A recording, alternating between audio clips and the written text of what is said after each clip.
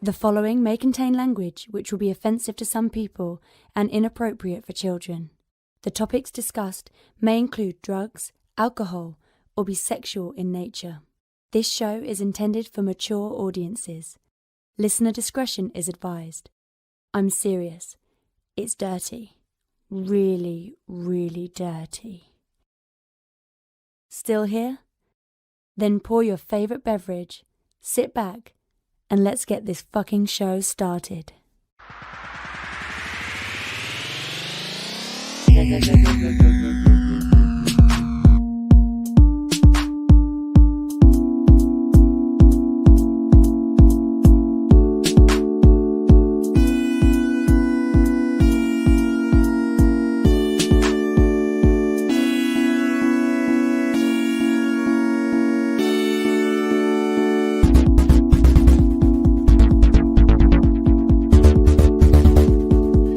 Fantastic Forum, assemble.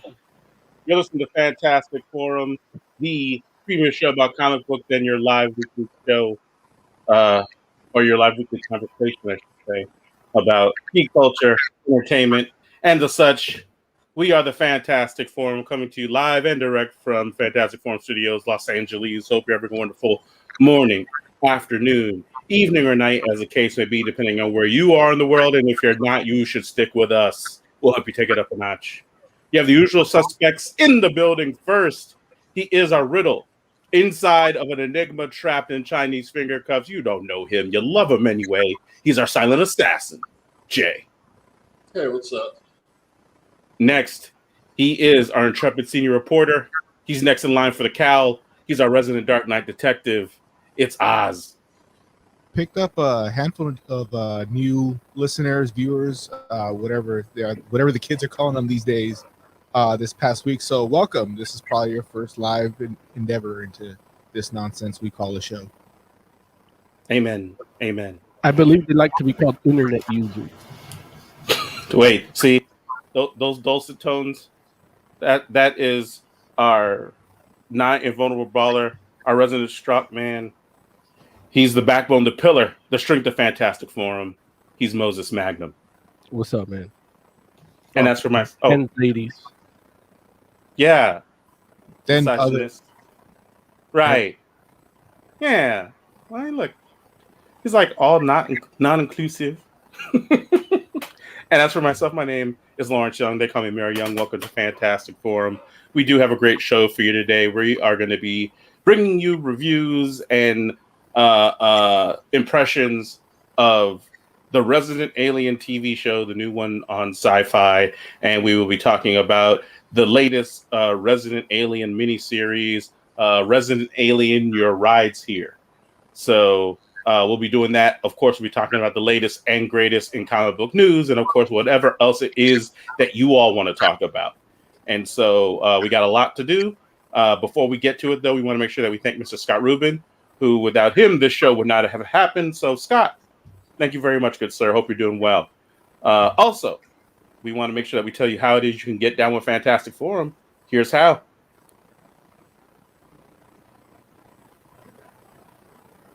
Want to get in on the action? Call Fantastic Forum on Skype and join the fun. Too shy to call in? That's okay. You can join the Discord chat room available at FantasticForum.live. Join the party. You know you want to. Yes, I want to join the party. I'm already here. Yay. All right. So, gents, how are you all doing? What's going on? How's everybody feeling? Don't everyone talk at once, though. To be honest, I think I feel like how those East Coast people are feeling. Just like, what's that mean? They got the snow and they're like fucking trapped in their homes, and they've got like the weight of the world crushing them right now. Is that what it feels like to be on the East Coast right now? Sheesh. That's what, from what I've been hearing. Yeah, I mean, like it's not just the East Coast. It started here, like this. No, Midwest. Yes. Okay. Well, mid at center. Black Compat is in chat. She says, I have joined the party and I have wine. Yeah. Do this. Cheers. She also says Cheers. North, maybe. Northeast. Got Yeah. it. Right. East. New England. Okay. Yeah, right. Because Florida's okay. Well, Well, relative you know, relative to Florida. they're Florida. They're not okay. Florida's still Florida, but not covered in ice and snow and have the weight of the world on their shoulders. But the Midwest apparently has the weight of the world on their shoulders too. And that's how you feel. Why do you feel like that, Jay? I don't know, just shit. Like, yeah, just a bunch of shit. I hear you, friend. Well, shoot. Speaking of Florida, have you guys, there was something I heard someone doing where you basically, because Trump is like from Florida or whatever, or lives in Florida, Yeah. you take like something Trump did and replace his name with like Florida Man, and it's hilarious. Some of the stuff Florida Man does sound like things that Yeah. President Like, Trump might do. Like Florida Man suggests drinking bleach to cure COVID-19.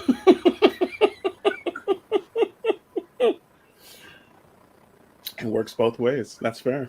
That's fair. I get it. How about you, Oz and Mo? I mean, Oz, are you feeling like, are you being crushed? Your soul being crushed by ice and snow? I guess by ice. With the reopening of cages, but whatever. We're not here to talk about that. How about you, Mo? The reopening of cages? Oh yeah, Biden just opened up more facilities. But that's come on, comic books. You. I love how you said it like you didn't bring it up. I'm trying to segue. I don't. This is gonna Got go it. in a horrible direction. We got new people that don't want to hear that. They're right. snowed in too. How's Speaking yours of snowed in? No, I'm just kidding. One of Moses. the new people is go actually my brother. Is your he brother? Yeah, he subscribed to the show. Oh, nice. Awesome. There it is. Awesome. Well, that explains. Fox Transformers My Little Pony, and he like sent me a picture of it because he thought it was hilarious. So I sent him the Rib Fur video, and he was, y'all are on it. Like, I subscribed. Nice. Ripfer. The power of Ripfer. We just got to put some visuals on that. The fib rare. Oz was gonna buy a statue, but he realized it was painted wrong. Listen, I thought we weren't talking politics on this episode. Red and blue, right? Ripfer is look. There's nothing more divisive than Ripfer. It's like, I didn't remember or realize or forgotten that Frenzy also had the dual ground the pounder. pile drivers. Yeah. Every time I think Frenzy, it's like a little baby Starscream. That's how I picture him. No, I mean Rumble is definitely the one that like is synonymous with him, but Frenzy does have him too, and every so often they'll both do it at the same time. I don't know if I've ever seen Frenzy do it on his own, and I think that's why it gets associated with Rumble. Like Rumble will go to town with those pile drivers by his lonesome. Now, is there any other distinguishing feature between the two, or are they literally twins that are just one's blue, one's red, when they both have the ground pounder? I mean, they sound different. Well, I mean, for the statue, I want to like analyze it and see if that's Frenzy or Rumble. Because he's got to do the unboxing video. Right. I'm trying to figure out if there is like a difference in like the character design. I want to say there is in the head, but I might be wrong. Like it might not even be true. Like that might just be me. Like, let me put it like this. If you had asked me before this moment, can you tell the difference between Rumble and Frenzy? if they weren't colored, I would tell you absolutely. But now I'm doubting myself, and that might not be true. Like maybe I shouldn't do that. Like I feel like I can, but that might just be my like unwarranted confidence that I have sometimes. Look, if they're colored, I can't tell them apart. Well, I mean, listen, we're talking again. We're talking about two different levels here. I'm not, look, like, let me put it like this: like, there are people out in the world that, as far as they're concerned, every Robin looks like the same Robin.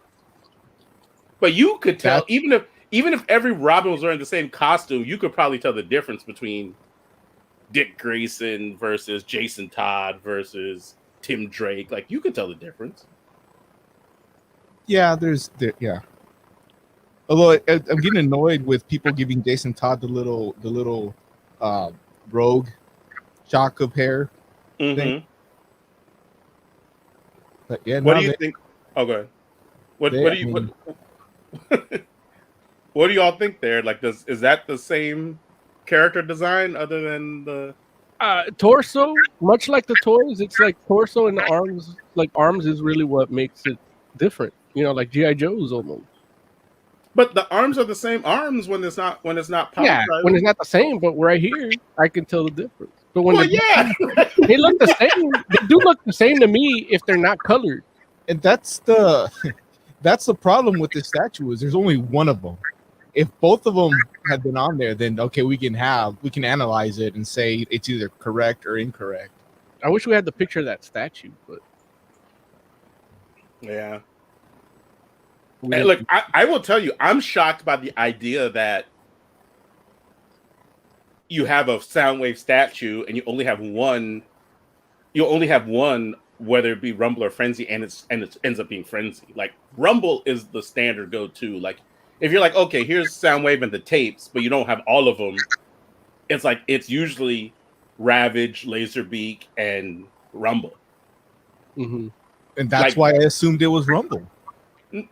Right, but he's the wrong color, so it can't be Rumble. Is he? So, look, here's the thing: when you do your unboxing, it's gonna say who it is on the box. So that's refer to this video. Listen, I ordered a statue from that company almost a year ago now, and still haven't gotten it. Yeah, they look identical to me. Yeah, man, it's just the colors. Like even the design on the chest and. Yeah. I mean, technically the design's inverted, right? No. It's not? No, they both have the two things on one side and then this one. Okay. Yeah, they're both facing the same direction. Okay. Sort of. Yeah, this is one of those debates that nobody will ever be able to figure out. Oh no, we figured it out. Rumble is blue and Frenzy is red. There's a whole religion. Agree to disagree. Agree to disagree. Oh, damn it. I mean, look, moving right along. Mose makes it his cause to shoot down your religions. So yeah, I see. It's okay. Yeah, don't get started. It's okay. It's like people that like the X-Men movies and the comics. It's like the Sunnis and the Shiites. They worship the same dude, just differently. Hugh Jackman. Yeah. And Wolverine. Yeah, right. Hugh Jackman and Wolverine. That's right. All right, but we're not here talking about toys that none of us are going to get. So, no. Yeah. Okay. Well, shoot. Let's get into some news then. It feels like about that time. Wait a minute.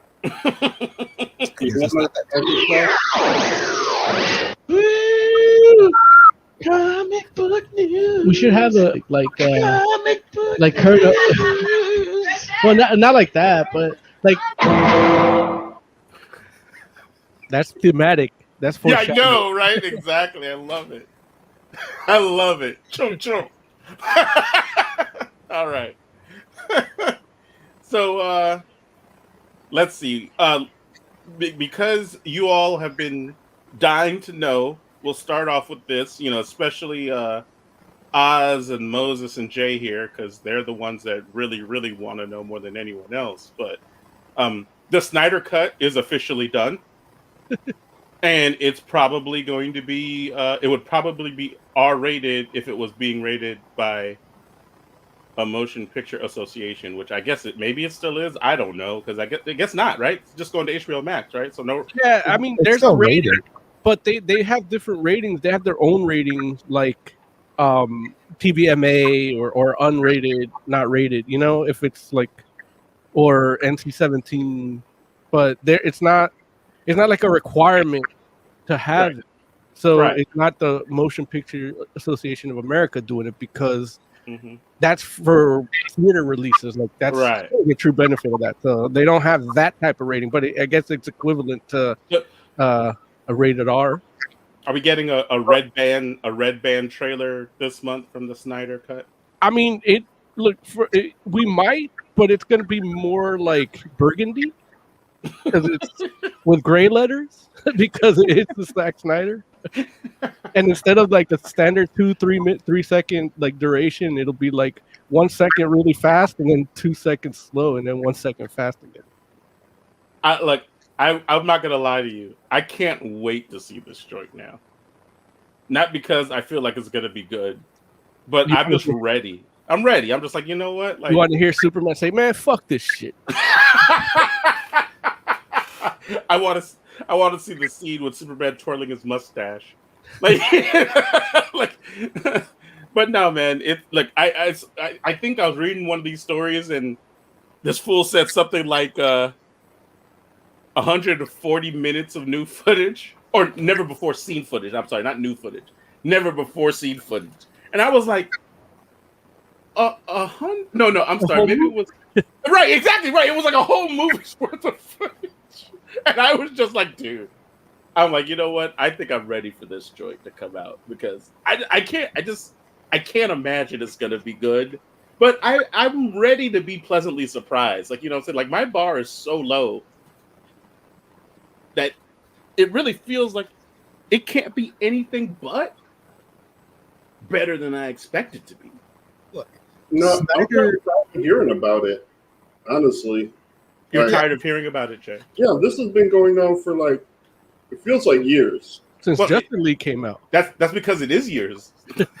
Yeah, like just come out with it already, or stop talking about it. March. That's how I feel about everything. Yeah, it's true. That's how Mo feels about everything. Oz, what were you gonna say, buddy? Yeah, it's been 2 years, maybe 3, since we first heard about this, and Zack Snyder's just been tickling the balls all this time, and it's let's bust out the lotion and get this over. Listen, this is definitely one of those times where there's not going to be any lubrication. Don't need it. Oh, She- okay. He is primed and ready. Oh Been no. working it for years. This Yeah, is and then, definitely- look, and then after it comes out, all of a sudden we're gonna think, oh, we were was it what do they call those the sexual assault people? We were groomed, and then we were abused with this movie. Listen, this totally feels like 100% self-inflicted. Like there's no other people Look, involved. there you go, victim blaming again. Like I'm literally saying there is no victim. Like this is all 100% masturbatory with no with no lubrication, and you're just going to be Or chafed. completion. And at the end, you're going to be like, "Why did I do this to myself?" You're gonna have one of those Lexapro climaxes where it's the retarded orgasm that you just feel it, and then like 2 hours later it comes out. Never Wow. had that. Me neither.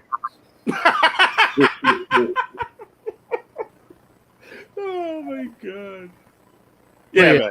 Look, I'm kind of with you, Larry, where I can't wait to see it, but because of Joe's statement, like his kind of like I can't wait because I just want it to be over already because I'm not really gonna enjoy it.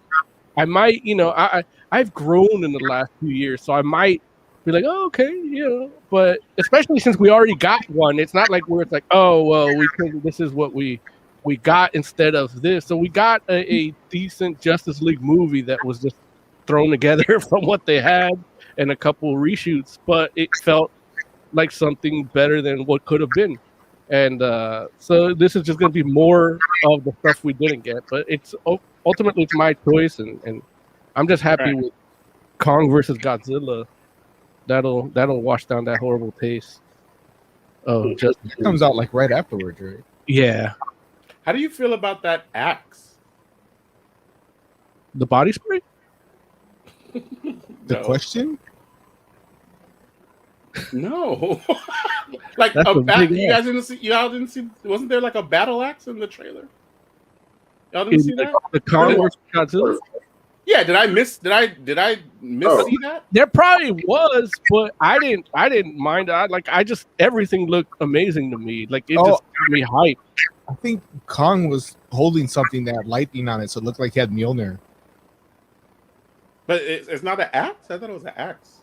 It might be. There's lights around it, so I wasn't. Yeah. Really I was What it looking at Kong, not what he's holding in his hand. So excuse me. We'll look at the So- model. Like that's the gift for the episode. I was going like, I'm just like I don't even 21 like it trips me out. Like if you see King Kong with a giant glowing battle axe, that's not what you all see first, or you're just like that's not like I've never seen King Kong. you know, I was distracted, like trying to figure out what the story was, like because you have like Godzilla, and throughout that whole series, look, gonna be his pet, and like he's been nothing but a savior, and now he's like going nuts. So it's like yeah, what's going on? First of all, Godzilla is a sheep. It's Godzilla, is she? Godzilla is a sheep. Oh, Yeah. okay. because she had baby Godzilla. Oh. Okay. But I'm not reading you guys. I'm like, what's the second of all? Is it just me? Yeah, I think you're having internet issues, Joe. Oh. Yeah. I'm sorry, Jay. Yeah, you must be having internet issues. We can hear you. And he's just scowling at us like when we were Yeah, he talking looked- about Ted Cruz. I don't know if he's frozen or he's just mad. Yeah, this is him when we do our pre-production text and we're talking about politics in there. Like, Oh no. Should I like take him out? Oh, well, never mind. I was gonna say maybe I should take him out and bring him back in, but he'll do that himself. but yeah, I'm excited for it. I haven't seen any of like the Kong of Skull Island or it's been 2 Godzilla movies or 1? I feel like it was no. Well, I guess it depends on It's what you two mean. because there was the monster Frank- brawl one, and Yeah. then the one with 11. Okay. Oh wait, the one with 11 was before the Monster Brawl one, right? I think so because that would have been the one where he's like introduced. Like, that's just the Godzilla. No, but there's other monsters in that one too, though. yeah, that, but that was they- Rampage. That was Rampage. Jay, do you remember which like the version of Godzilla that's in Godzilla versus Kong? Has that version of Godzilla been in 2 movies or just the one? No, 2. Okay, so it was one of them was Godzilla King of the Monsters, right? Which was Yeah. like that was the one with Home Chick from Stranger Things, right? I don't remember. The only human I remember is Bryan Cranston in the first one. Okay, that's the first one. So the second one has 11 in it. Oh, okay, got it. And Yeah, then 11's in this one. okay. Oh, well, there's your plot point. If the last movie Godzilla was in is King of the Monsters, then obviously King Kong's like, yo, King is in the name. On our What? Thing. Here's the thing he's just Kong. about that. King Kong doesn't give a fuck about what's happening, like off his island. Yeah. The reason he wasn't in the second movie, when was it Ghidorah? I think Yeah, it was. King Ghidorah. When he called all the monsters together, Kong heard it, but he doesn't give a fuck. So that's why he stayed on the island. But during that movie, Right, but now he realizes that if there's a 1% chance that Godzilla could be evil, then he must take action. Yeah. I think this That's why story he is was about holding speed. That's why he was holding the radioactive spear of destiny. Like this joint is about to be a much weirder story than I think any of you are realizing. Look, I'm down. I don't give a fuck. That's all we're getting. It's not like I got to go to a theater to do it.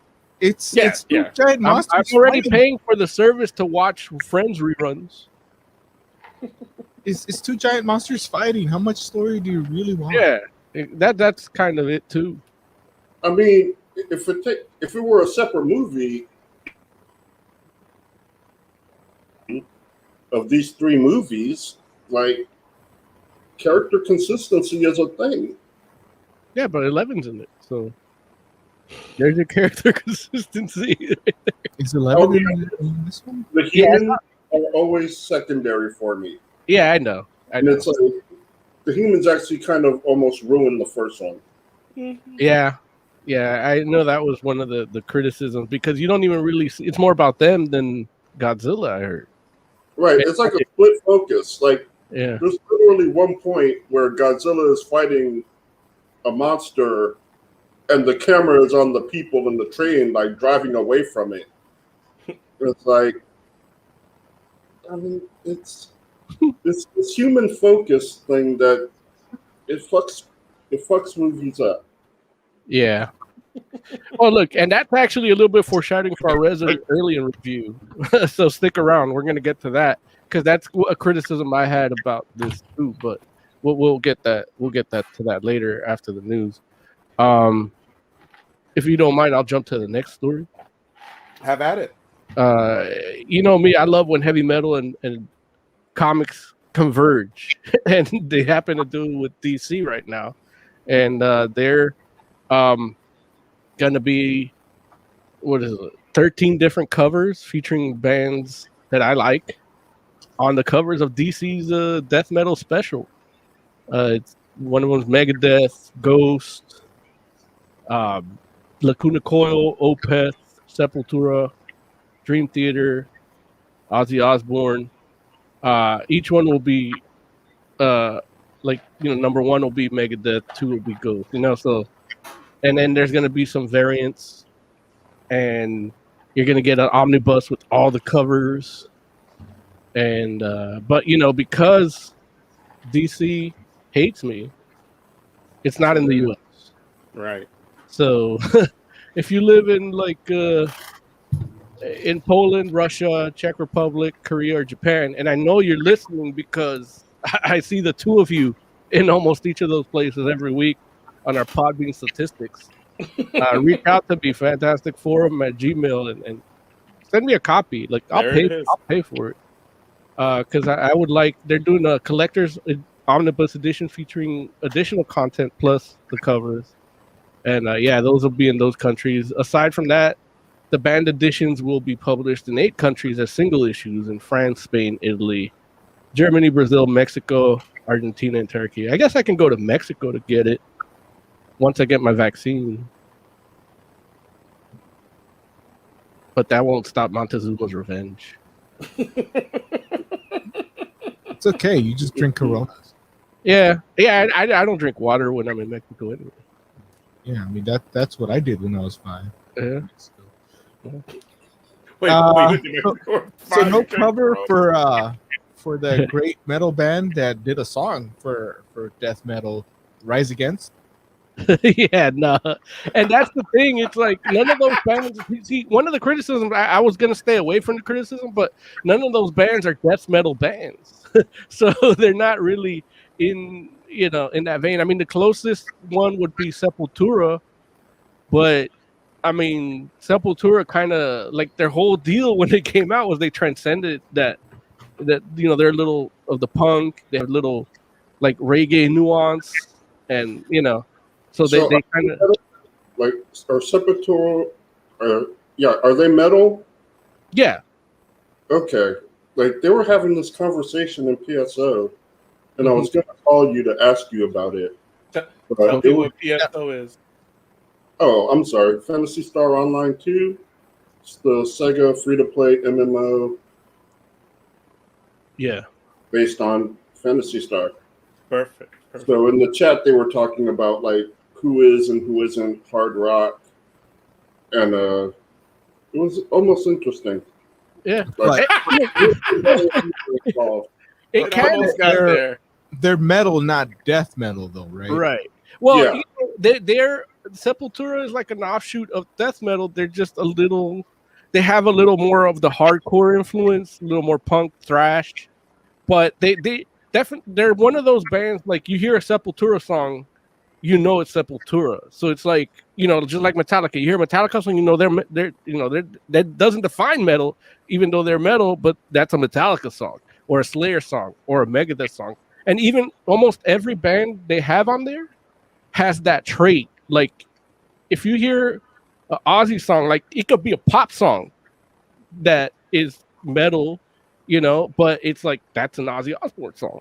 You know, it transcends kind of that thing. So if that story was about transcending the Batmanium, it would be thematically correct. But I don't think they thought that much about it. I'm not sure I'm happy. I don't think this is an appropriate time to have a Black Sabbath cover. They don't have a Black Sabbath cover. Oh, I thought that was one of the bands you mentioned. Okay, No, Ozzy Osbourne. Ozzy. Oh, Yeah. well, look, that's even worse because I mean the Yeah. man started a trend that led to a pandemic. Yeah, eating a bat. Oh. Yeah, but Raw. he's you know that you know he embraced the bat just like Bruce Wayne did. He took it one step further. Quick question because I'm too lazy to Google it. But the second animal he did that to, was it a chicken or a pigeon? It was a dove, But but he didn't do it to a dove though. Like he just had doves in the act. he didn't and bite people- another animal's head off. I thought he did another one. No, well, they used to have a lot of toy bats in their props early on, and somebody threw a real dead bat, and he thought it was the prop one, and he bit it. And he had to Oh. yeah, and that's how that happened. Damn, he didn't mean Oh, to bite and- it real bad. Yeah, and he did do the dove one, but that was in a meeting for the record label. He did Wait. that. So wait, a real dove? Yeah, Wait. So someone in the audience had a dead bat. an actual dead bat Yeah, and threw it on the stage, and Yeah. that's how that happened. and that's how that happened. But that's not the excuse for the meeting. What happened in the meeting? Oh, he wanted more money. He's the man. I don't understand that as a negotiation tactic. I don't know I mean, if I I'm would give you more a money. look. When my raise discussion is coming up, I'm going to bring a dove. Now, the dove thing is a legend. Like, there's, you know, it might be one of those showbiz truths that Got you. is, you know. So I don't know 100% if that's it. Yeah, I that's- thought he confirmed. Like I feel like he talked about it at one. yeah, but But it's hard to tell what he's saying half the time anyway. So I could. yeah. If you can go into it quickly, Moses, what is the difference? Like, what is the defining characteristic of death metal versus metal? It's like watching horror movies. You're listening to these songs about grisly acts, but you're just watching it from a voyeuristic standpoint. So it's the a lot of the theme, but also the style that it's delivered. You know, a lot of different. It's more of a rhythmic assault instead of a showmanship kind of thing, or pushing, you know, the limit of what you can do with 4 fingers on a guitar. You know what I mean? Yeah. So they'll throw some in there. There's technical death metal that gets more like Mhm. what Dream Theater does, but in a death metal scene. Mhm. And there's that. There's brutal death metal, which is even gorier lyrics. There's grind metal, which is like really gory, like all about gory. Then there's porno grind, which is that style but about sexual acts. And then there's vomit grind, which is just describing what you feel when you're vomiting and then vomiting on tape. Those are more niche corners of it. Well, yeah, The, I you would know, call it fetish Yeah. metal. Kind of. That's the Definitely. thing about it, metal, that it kind of goes into that. Like, if they had like a Pornhub for metal, like it would be like, oh, gore grind, vomit grind, porno grind. There it is. There's who like are the lunars of metal? there's space metal. I'm sorry, say that again. The lunar? No, it's like, yeah, lunar. You never heard of a lunar? No, what's that? No. Oh, hey, that's a whole different show, friend. Yeah. I'll tell you off air. No. But that's interesting. That's really. But the covers were really good. I love all of them, and I want them all. Yeah. Yeah. So listen, if you're an audience member and you're in one of these territories that's getting these covers, help Fantastic Forum out. Let's get Moses Magnum some of these books because he deserves them. He should be able to buy them. So let's make that happen. Also, do not Google lunar. Share your screen. Did you hear me say I would tell you after the show, Jay? You messed yourself up. I'm sorry, friend.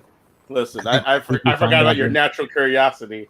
I think Now we know, like, depending on what that is, I have a good idea why Larry doesn't beat off. Like, nothing can stimulate him like lunars. Oh, see, listen, I didn't say that. I just read.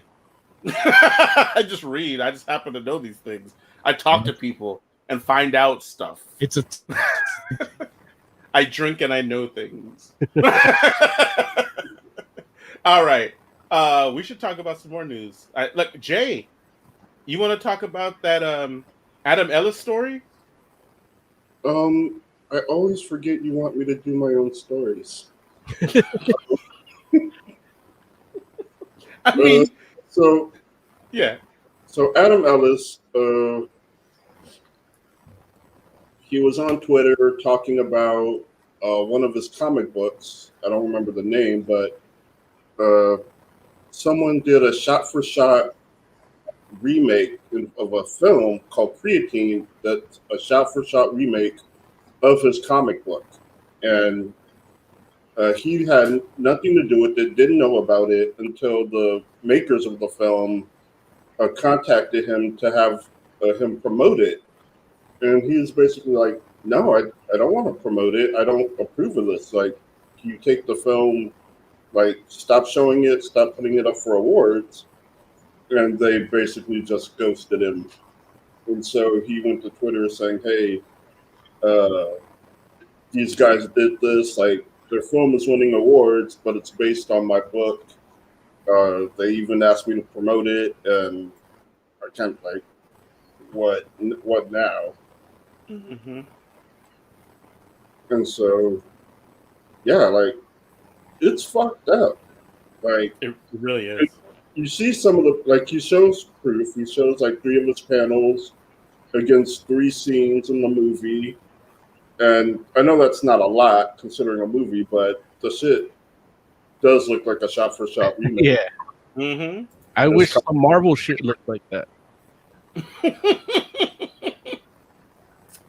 Come on. So, I don't know if he's going to try and sue them. Like, I think he has a good case considering they contacted him Yeah. to promote it. Yeah. Um, Which is a bold move. Yeah. Like, it's really wild to be like, oh, yeah, man, we jacked your stuff, so you should promote it, man. Like, it's winning awards. No one knew about your joint before we made a movie out of it, so be thankful. He's actually very well known. You just don't know his name. But a lot of his comics you see online in memes and everything. Like, I can maybe consider myself a fan of his without knowing what the book was called or anything, because you just see the little strips everywhere for a good while. and So people hate him. I'm sorry, Say it again? And people hate the dude. Like, I don't know why. I don't know what he did in the past. Like, I'm terrible with names and faces, so I don't recall him necessarily. But I was in the comments of the Twitter thread, and people are just straight up being, like, vicious. Like, yeah. They're like, good, they stole your stuff. And it's like, what? Right. Or if then, like, some of the comments were just, like, confusing. Man. Like, the only comment I kind of gave credence to was this one dude that was like, well, 7 years ago, you did a shot-for-shot remake of my comic, which I don't think the guy knows what shot-for-shot means. It was basically the same comic.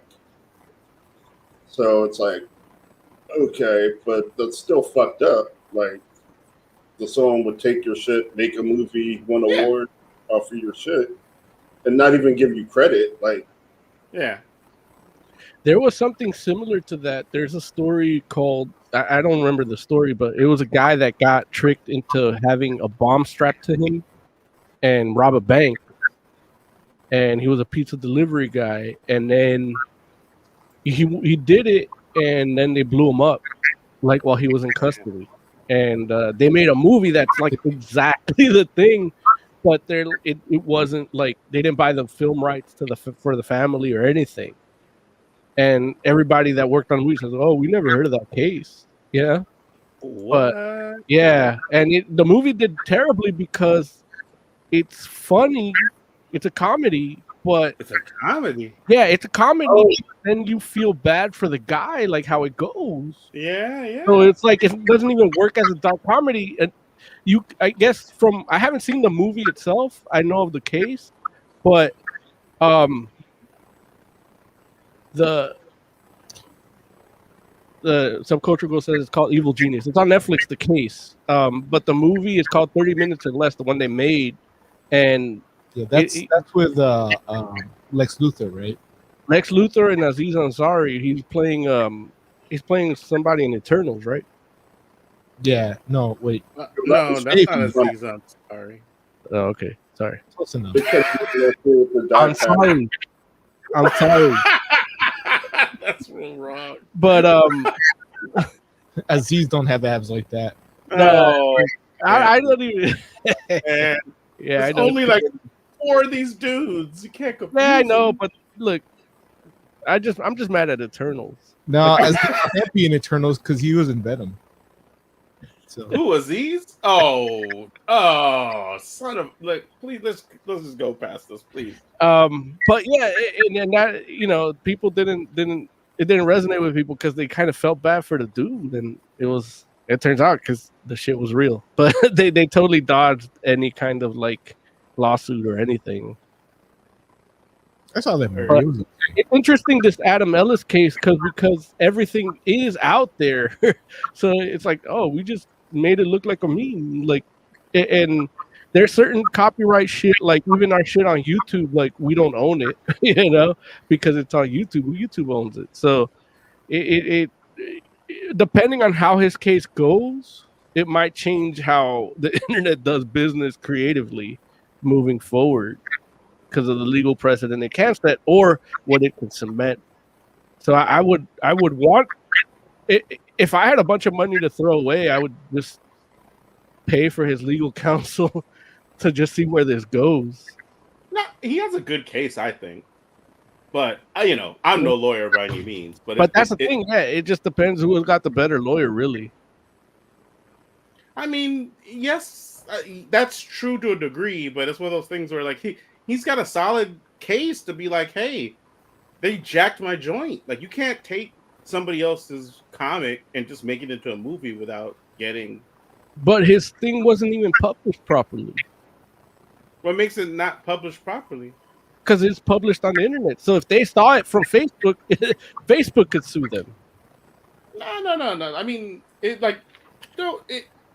I don't think it's that simple. I could be wrong, but I don't think it's that simple. Like, I feel like even with what you're talking about with YouTube, it's like, obviously you're right that YouTube, because you use that platform, has certain rights in regards to how they use content, but that doesn't mean that it's their content.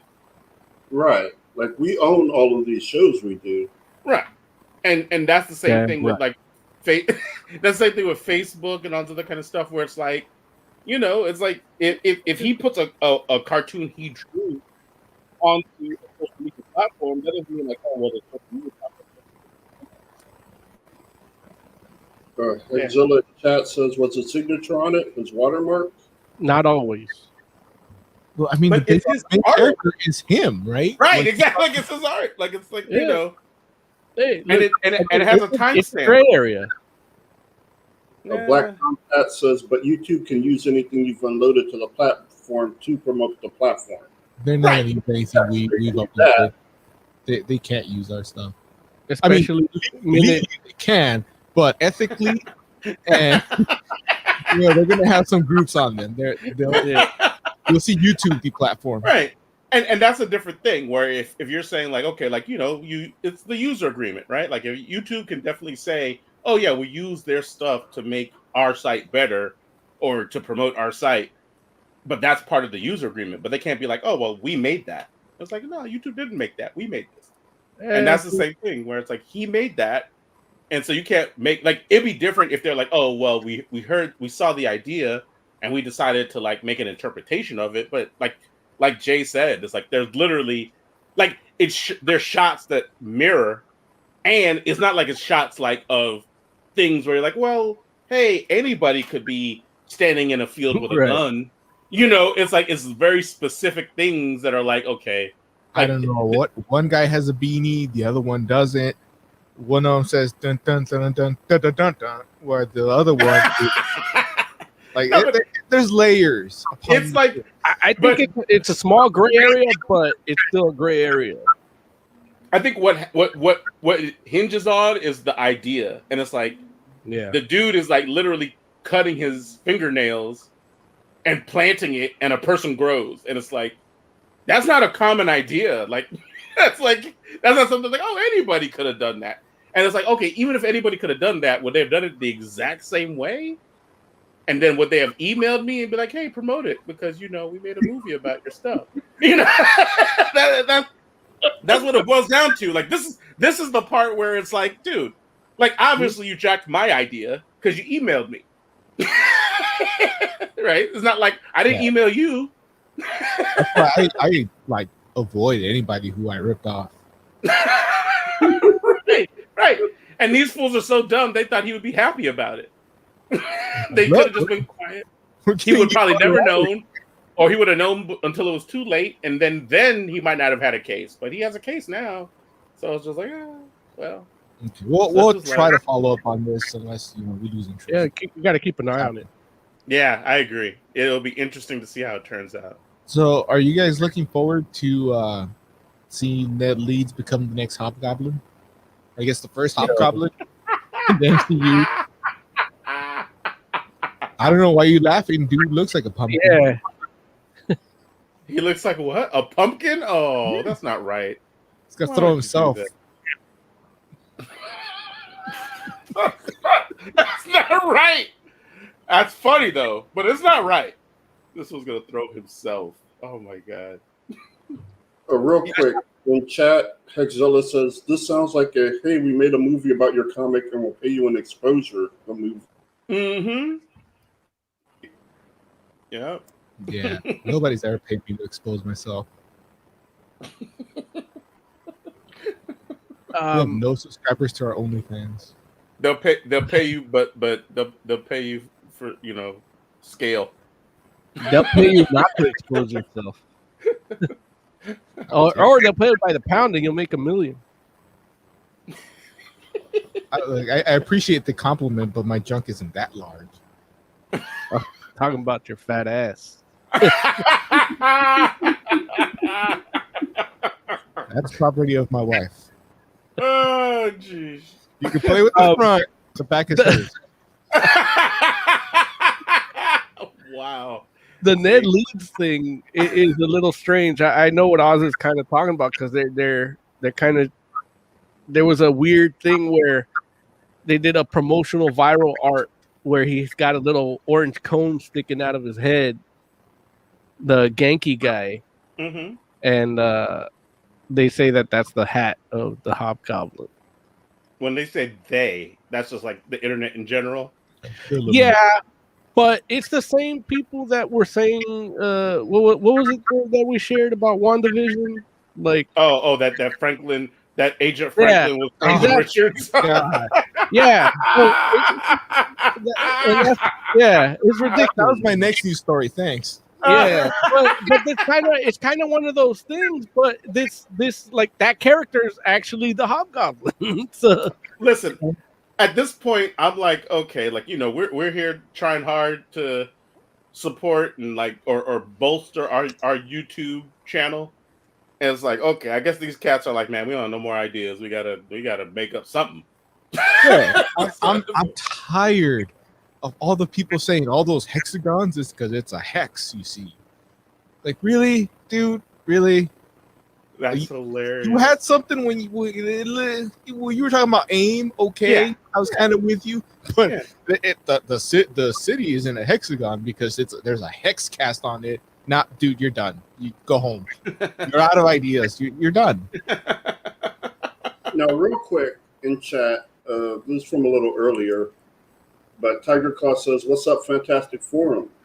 So, what you thought of episode 4 of WandaVision? You got what you wanted in the episode delivered." Yeah, I got what I wanted. Greatest goddamn episode of all time. Of WandaVision? Yes, of any Got it. MCU thing, really. It's the greatest episode of any MCU thing. Which Yeah, it's MCU that- TV because okay, but this is the first only two parts MCU were- TV show, right? Nah, first season of Agents of Shield, like first 3 seasons, they were MCU. Mm. Okay. No, hey, I'll give you that. Like I feel that way. I don't know if Kevin Feige does, but No, I they were feel- literally part of it, and then they stopped being part of it. Listen, I'm not arguing with you. I'm literally agreeing with you. It's I'm saying like- Kevin Feige may not agree with you. It's like Yeah, we're he connected, doesn't know what he's at we're connected psychically with Feige himself because we had just talked about how, well, I did anyway. I want an episode where I want to see what's happening on the other side Right. of this TV show, Mhm. and if I don't get Mew Mew within another one or two episodes, I'm out. Right. And they gave me everything that went on outside. Technically, it's a clip show, by the way. Like that Yeah. was a clip show Mhm. episode. Mhm. Yeah. And we get a FBI guy. I forget it. Wu, is it? Yeah. Yeah. I don't know why so many people like just literally nutted their pants when he does the card trick. Like it's a cool little callback, but my God, it's like he might as well have snapped the Infinity Gauntlet when he did that. The way some people are reacting. We get my girl Mew Mew, and already best episode ever. We get what we should have seen in Endgame, or at least in Far From Home, for sure, where we see what happens when the people were brought back, and the chaos and the nobody. Because in Far From Home, it was cute, and oh look, they appeared, and this tuba player got knocked on his butt because Well, but Far From Home starts like years after that happens, right? No, they showed the scene of when it happens though, and the what are those hack brothers that did it? Yeah, they talked about the airplane people. That they because people ask like, well, did people in planes like just come up like? No, I'm not saying that They show video of in their where they play basketball, little auditorium thing. People No, just but appearing. that's a memorial, though. No. They show the people reappearing after.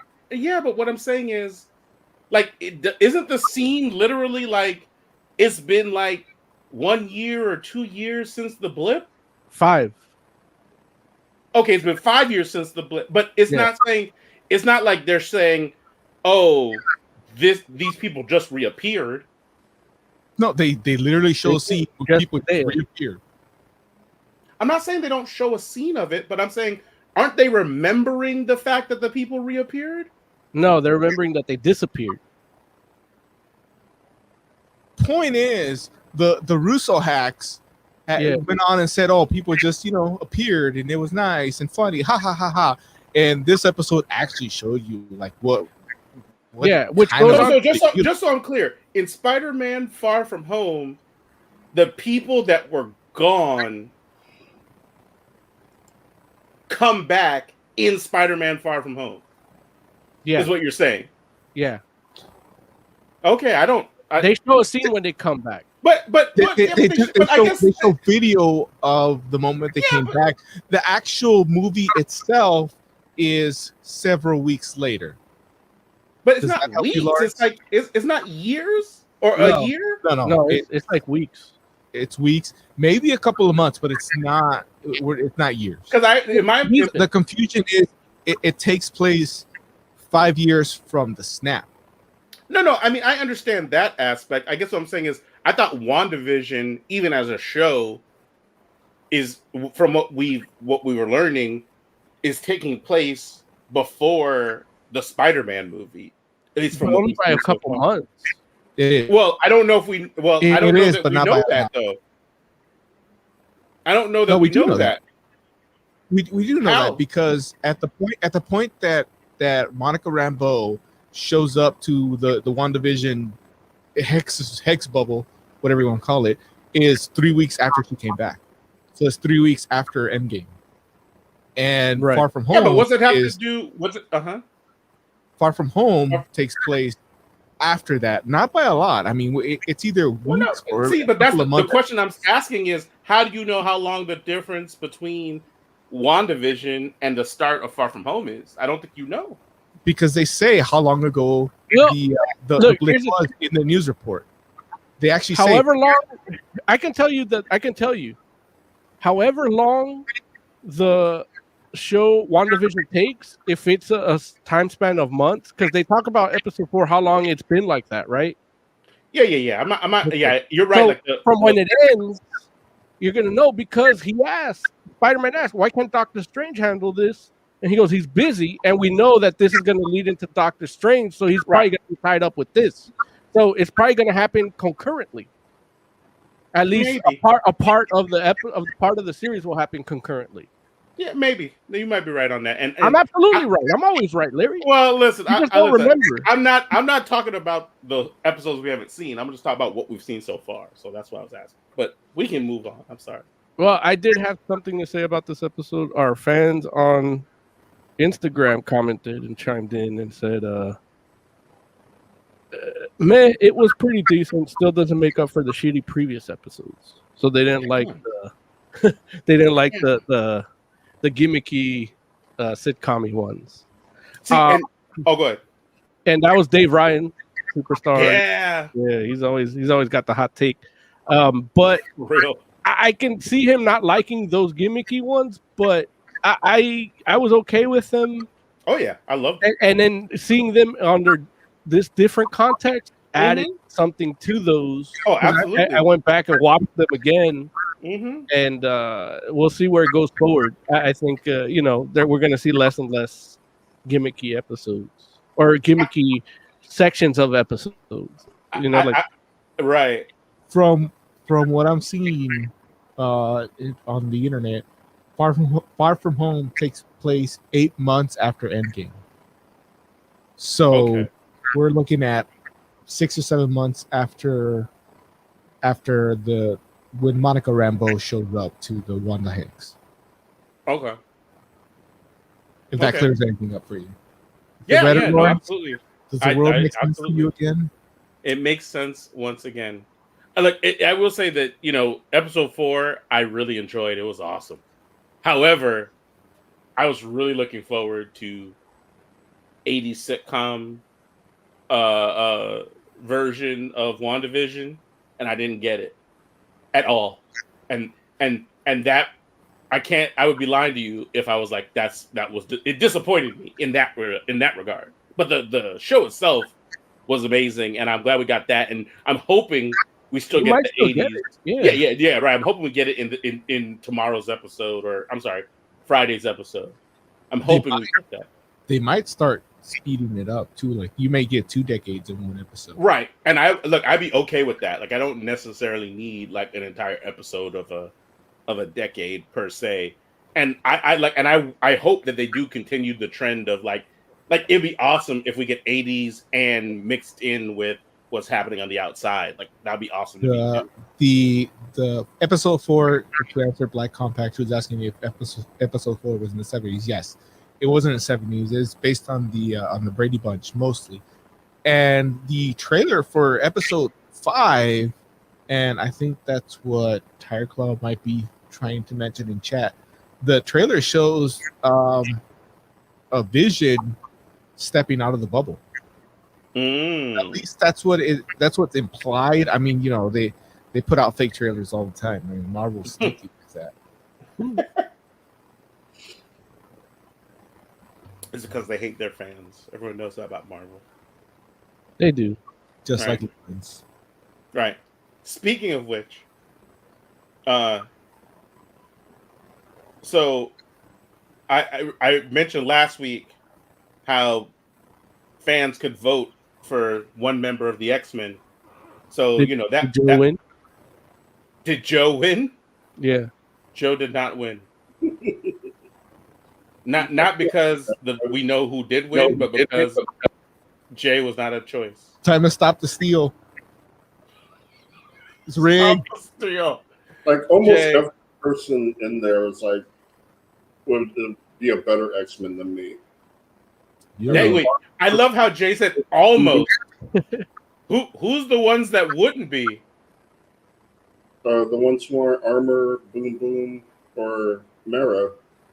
Wait, so only Armor, Boom Boom, and Marrow would be a better X-Man than you? Strong Guy can't be an X-Man?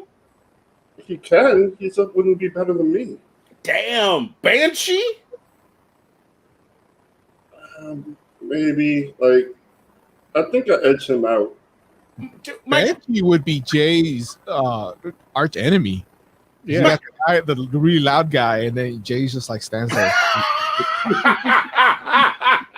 What about Polaris? Dude, she's old hat.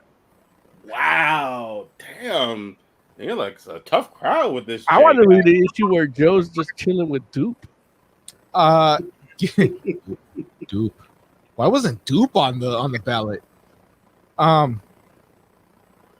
Finish your point, Lawrence, and then I got a question for you specifically as the X-Men guy. Yeah, absolutely. So, voting is closed.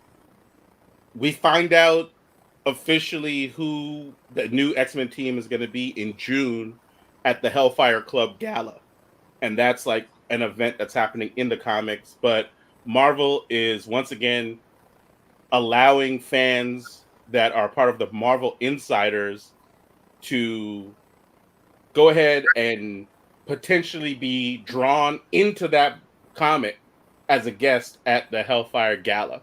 And so if you're a Marvel Insider, you should go ahead and redeem some of your points to enter that sweepstakes. If you're not a Marvel Insider, you can just go ahead and sign up. It's completely free at marvel.com. You may have to do a few things to like get some points in order to go ahead and earn enough so that you can enter that sweepstakes. But it's not hard. It's literally like you go to marvel.com, like you go to marvel.com, watch the WandaVision mid-season trailer, and they'll give you 500 points. Done. You know what I'm saying? And then you'll decapitate your mother and offer her to Mickey, and then you'll win. That's it, right? It is some sort of mouse type satanic ritual. Say again, Jay. A Black Compact in chat says, "What? Polaris is in fact the shit." I agree. Polaris is awesome. Like, not only is Polaris has been awesome, but she's been more awesome lately. So, you know, I didn't vote for Polaris though because Who'd you Polaris vote? Polaris already has a book that she's being featured in, and that was a factor for me. Where I'm like, some of these characters that they're like, okay, they could be on the X-Men. It's like, well, some of those characters already have like books where they're pretty well featured, and I don't know if I want them on the X-Men. Well, it's not that I don't want them on the X-Men, but I don't know if they need to be an X-Man if they already have a place in the greater like Krakoan life. You know what I mean? So Yeah. So who did you vote for? you know, it was tough. Ultimately, like, I'm gonna tell you who I ended up voting for, and you all are gonna be like, "Who is that?" I ended up voting for Tempo, and I know you all don't know who that is because she's definitely a lesser known mutant. I know who he is. She and she was actually like, if you all remember the Mutant Liberation Front back in the day, she was on the Mutant Liberation Front, and eventually, you know, prior to the whole Krakoa thing, did go ahead and turn away from villainy, and she's actually she she is no, actually no, she's not featured in any other book. And that was like kind of the thing where I'm like, okay, Tempo's a cool mutant. She might go ahead and I feel like she has the potential to be really interesting. I don't think she's gonna win, but if she does, I'm gonna go ahead and claim that credit. I don't get how you enjoy these X-Men books. Really? Because look, I understand. I've been reading comic books Mm-hmm. as long as I could read. Mm-hmm. I understand that hero death isn't permanent in comic books. Mm-hmm. I get it. I know this. Mm-hmm. But I mean, Hickman literally told you no mutant will ever die, ever. Like death is not permanent. It not only is not permanent, but we can bring it back in like minutes. Mm-hmm. And so it's just kind of like those books lost a little something for me. You know, the last X-Men book I remember reading was where Krakoa was taking it in the ass from another island. I'm not sure that that's exactly how it went, but I feel where you're coming from. Like you're talking about Hickman era X-Men books, and right after House and Powers, right. But Yeah. they told you if an X-Men dies, and bring them back like that. Like it's not at least before then, you know, with other books, when a hero dies, it feels like it could be permanent, even though the back of your mind, you know, well, we'll wait a year. They'll be back. Well, now they'll bring them back in like the next page if they want. Well, here's my counterpoint to that thought process. If you take away the idea that, you know, a hero's life is on the line, and that's like the thing that is like the stake in the story, then what is it that you replace that with for you to feel like there are stakes? And that, I think, to me is the beauty of Hickman's X-Men era right now. Because yeah, you're right. Like, I mean, I'm not saying that like there are complications, and there are definitely, you know, it's not as simple as, oh, everyone could come back, it doesn't matter who. But it is a thing where it's like, okay, we're not what we're not talking about now is, you know, people like living in death, or death isn't the ultimate stake. So what are the stakes now? And I think that that's what makes Hickman's X-Men interesting, because it's like the stakes are greater than life and death. It's more about like ideas and about like power, and like, you know, because they're trying to build a nation. So it's like any one mutant isn't really what it's about. It's about them as a unit, as a people. So yeah, I mean, and don't get me wrong, it's not for everybody. Like there are people that straight up were like, even before we even got out of House and Powers, were like, Hickman made the X-Men villains. And it's like, that tripped me out, because for me, I was like, they don't feel like villains to me. They feel like friggin' revolutionaries. You know what I'm saying? Like, but if you've never been oppressed, then you might see what they're doing and feel like, oh man, that's extreme. Yeah, I was just gonna ask, like, the people that are saying this, like, what color are they? Right, definitely mostly Caucasian people. I'm gonna have to rewatch this episode, because I'm sure whatever you said was poignant and very like answered any question I had on this book. But then Jay put up a picture of Tempo, and girl got a trunk. So see, she's a beautiful woman, even with the helmet. The X-Men books to be about social justice and oppressing counter movements, which strongly resonates with me. Yeah, absolutely. And that's the thing where I feel like Hickman took that to the next level, because they're like, listen, we got our own nation state.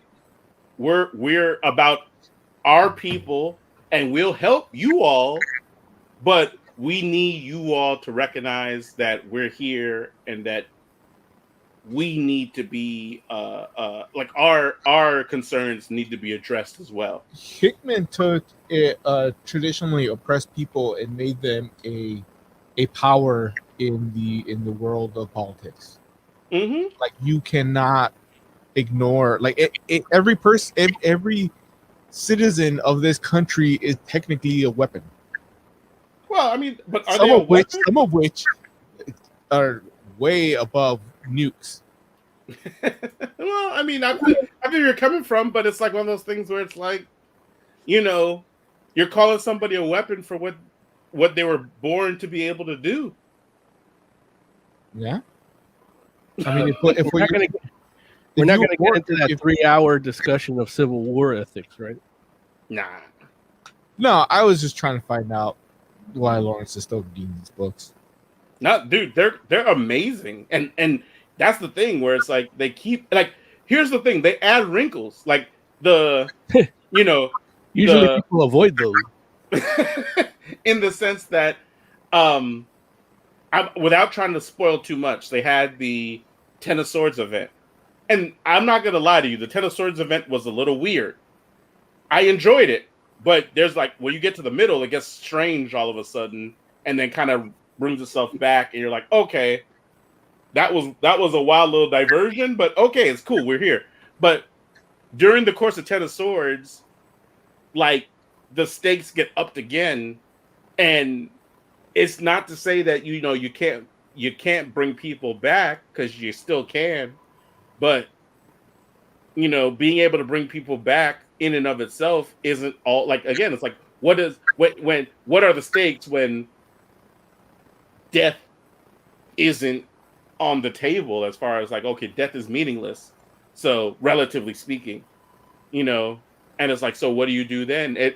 Look, there's a lot of interesting stuff that they do in the Hickman era when it comes to X-Men, man. Right, and I mean, you know, I don't want people to misunderstand me. The fact that Hickman takes the threat of death out of the equation, I kind of think it is brilliant, because it forces writers to focus more on other things, like you said.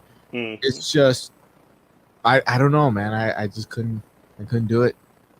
Yeah, I would say to you, Oz, like, there's the book, like Hellions. I think you would really enjoy.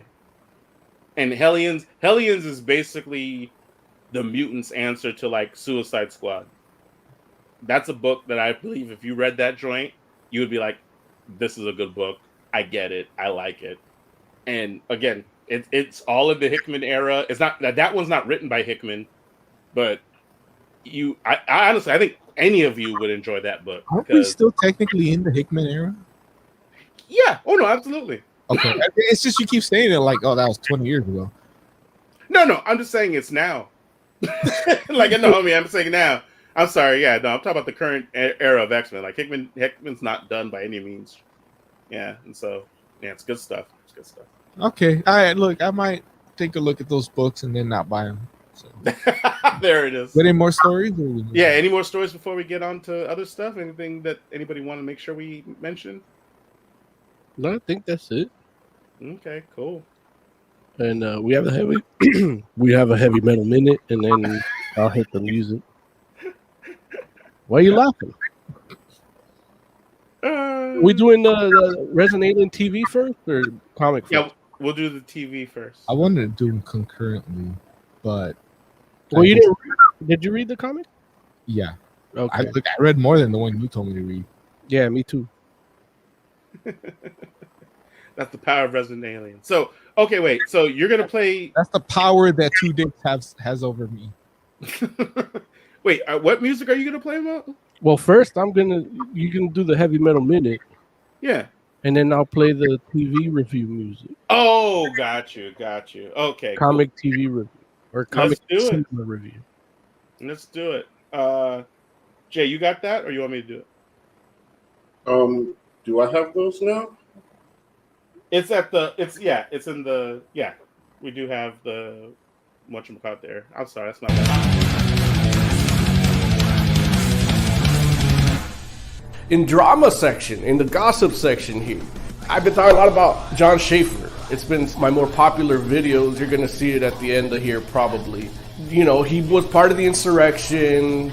He was on the FBI most wanted list. They got him. He was in court. They're holding him without bail the last time I checked, and he got extradited to D.C. The newest drama there is that he and Demons and Wizards have parted ways. Hansi Kirsch of Blind Guardian fame, but also John Schaefer's collaborator in Demons and Wizards, said he's out. He quit the band altogether. He didn't dissolve the band. He didn't kick him out. He says, you know what, I don't want to be a part of this. His statement basically says, you know, I feel bad that these guys killed people. Like, it resulted in people's deaths, and I don't want any part of that. And he goes, I am willing to, you know, understand, let the investigation go through, but because of that, I'm not in Demons and Wizards. Now, this is a little bit shocking, because I don't know if maybe I didn't do my research right, but I thought they were recording a new album during the pandemic.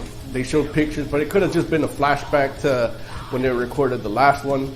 But who knows? I mean, people have free time. I was hoping for something new. I know they were talking about another tour, but now this is the news that really hurts. I was like, no, when I heard, because that's Demons and Wizards is one of the greatest bands ever, and I was just happy to see them live back in August of 2019. So it was a good time, but hopefully, well, I don't know what's going to happen, because if they decide to charge John Schaefer with something that's going to, you know, make him stay in jail for a while, who knows what we'll see when.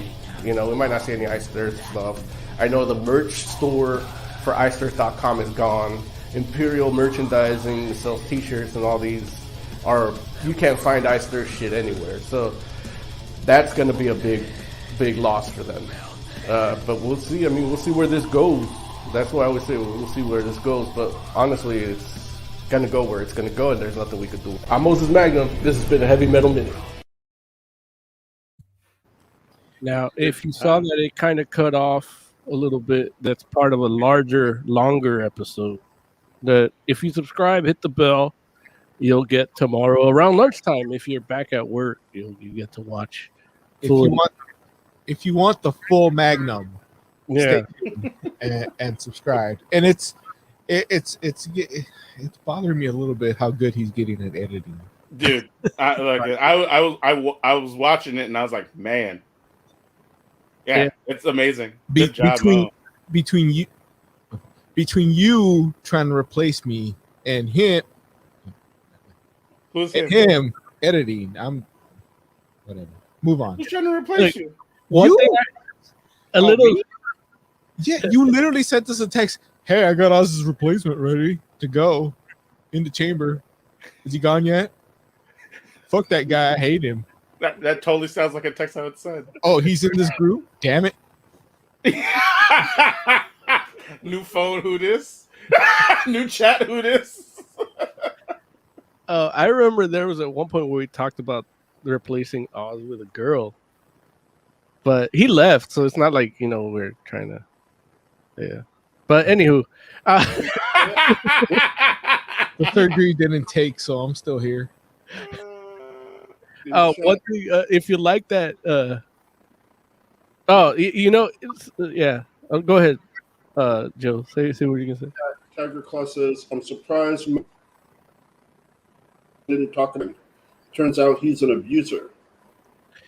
Yeah, it's so at the filming of that, he had just, like, right when I was filming it, the news came in my news ticker, because I have the old school news ticker, like those, you know, like the paper comes out of the little paper comes out like the stock ticker. I have one of those. So the one, it came out right, and I'm like, that's why you can kind of see me kind of looking off to the side, especially if you watch it. So he actually replied to, because that's a new story in the full video that you're going to see tomorrow. He replied to you? No, he answered, because he's being accused of grooming and abusiveness, and there's Is he actually getting accused of grooming? Yeah. So what happened was, I guess, well, look, here, spoilers for tomorrow's video.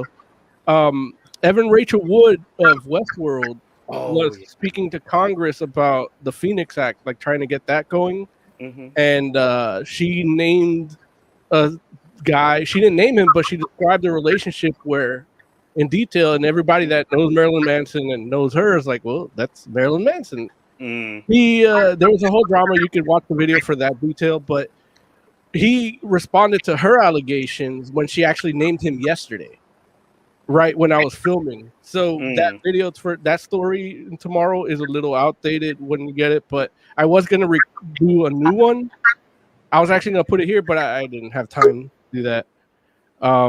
But yeah, it's a little. And then the guy from Limp Bizkit said that he abused them too. No, Wes Borland.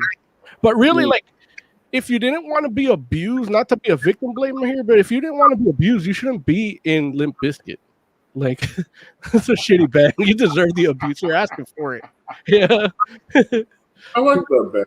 Yeah, look, now as an evolved, mature, young, old man, I'm like, you know what? I did it all for the Nookies, just like a good sentiment. Like, that aggression and break stuff. Like, you can't. They're pop hits with metal aesthetic, like, and the little hip hop. So, in Wes Borland's defense, he did leave the band. Yeah, he did, and he actually never even liked the music. He says because he was more of an experimental guitarist, but he needed to work. So yeah, I mean, I just wanted to throw in that punchline. That's why I brought it up. But it's interesting hearing a group of what you guys would consider hillbillies discussing Marilyn Manson. But I had that conversation today. And did he do was somebody brought up that he did a song where he discussed or thought about every day wanting to bash somebody with a sledgehammer, and they were inferring that this was her that it was about? That might be a newer song that I might not have heard of. I know he wrote a song called Lunchbox that talked about using the old school metal lunchboxes to beat his bully. Yeah, I've never been a amazing song. I love that. One of my favorite songs. I've never been a big Manson fan because to me, like, his best songs were somebody else's songs. Well, like, to me, he was always David Bowie that was in Hellraiser. Like, that's really it. Like, that's all Marilyn Manson was. So to me, it was good because it was David Bowie with a more aesthetic appealing to me. But that's the thing. It's like, if you're a chick that's going to date a guy that cuts himself on stage, like, he's willing to hurt himself, he's going to hurt you too. And yeah, that was kind of consensus. Like, it sucks what would happen, but it's Marilyn Manson. Like, you're looking at that dude, and shit's gonna get crazy. Like Rose McGowan, I mean, she was crazy too. They were a perfect couple at that point. Two crazy people. Now, if you're a sane person and want to date him, well, the only one that hasn't had any complaints about him has been Dita Von Teese. But she seems like she comes off as a person with like an actual healthy level of self-esteem. So he couldn't do anything with it. Yeah. Yeah. I don't know. How old was she? I'm sorry? How old was she when she was being groomed? She's saying that he was talking to her before she was 18, but they started dating when she turned 18. So it could be the case.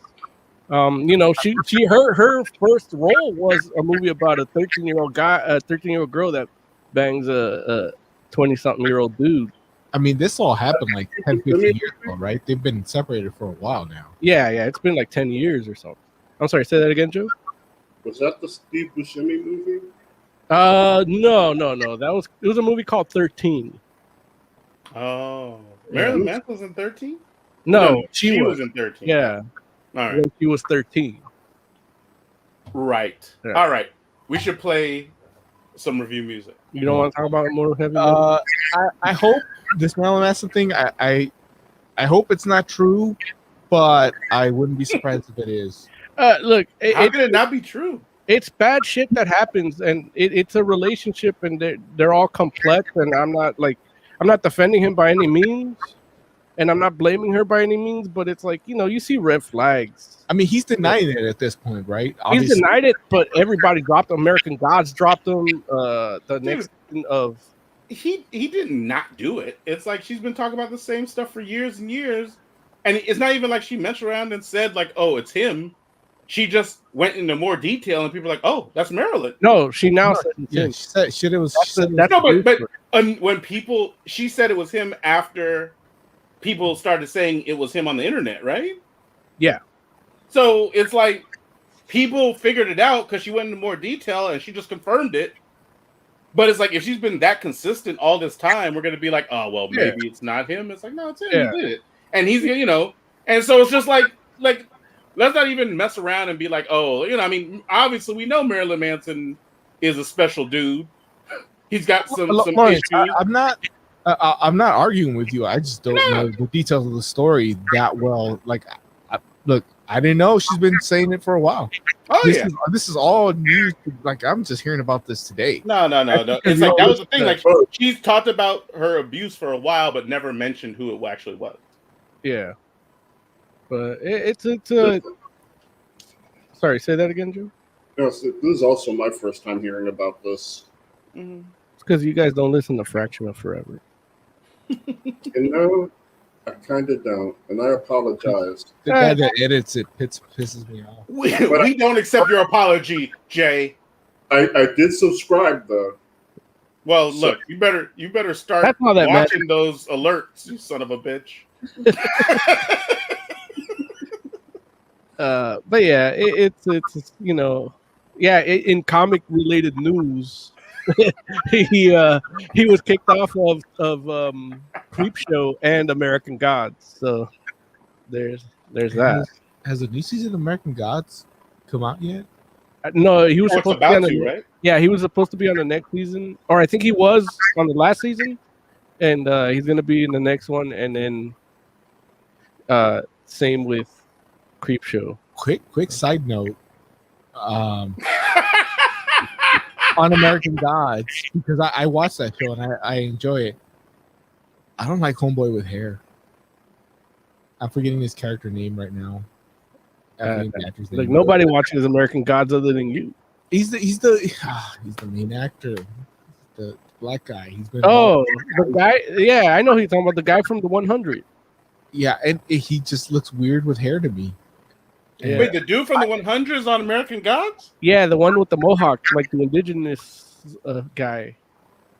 Like Oh wait, not Isaiah the guy that, Washington. not the guy that made fun of me for being white and not knowing 100 after I was like the only one that was a fan of the 100. Right. Yeah. Okay, Okay. a different black guy. Got it. Yeah. I haven't watched the 100 like that, so I don't know.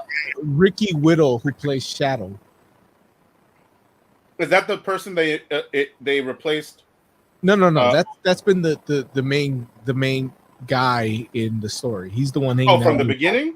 Yeah. Oh, okay. He's the. I haven't watched it, so I don't know. Oh my god. Yeah. Isn't it on Stars? Yeah, you can get stars. Mo deal. You can get stars for $5 for 6 months right now. But I gotta pay extra. Here comes the money. It's just $5 for 6 months. We have that music. Yeah. Right now, that's no Interestingly deals enough, music. interestingly, Here comes the money. Here we go. More money, more money, more money, more money.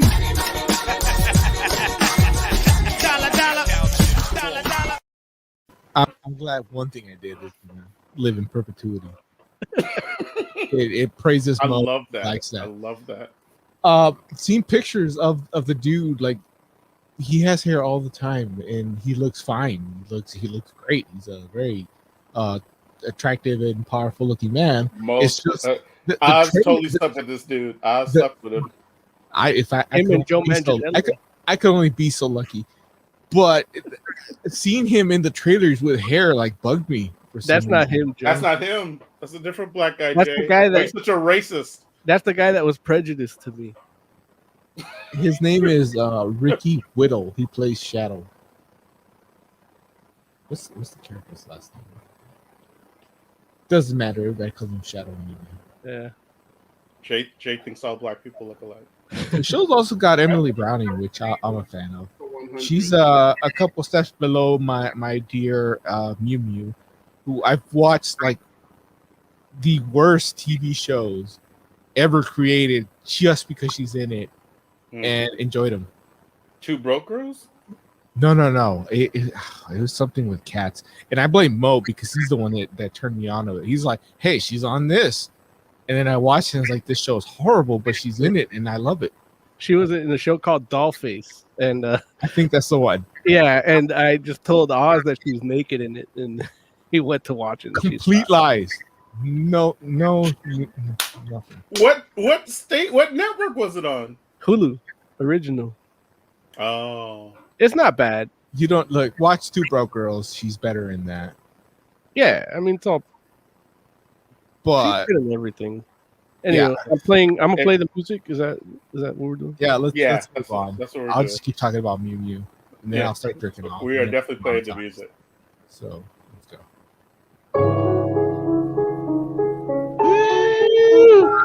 Comic book Theater, comic book theater. Shout out to Tiger Claw. Theater. So we're talking about Resident Alien. Sorry, I didn't mean to cut you off, but Tiger Claw and Oz are now in the same level of perpetuity in our lives. They both have one hit. Yeah. No, I'm joking. I'm joking. Look at Oz's face. I don't know what's happening. I'm joking, Oz. Like, You how have- am I in the same room as Tiger Claw? Am I a DJ now? Yes. Oos, oos, I got the DJ headphones. oos, oos, oos, oos, I would do the noises, but then I spit into this mic. So oos, oos, Then oos, COVID. oos, oos. Yeah. You gonna infect yourself?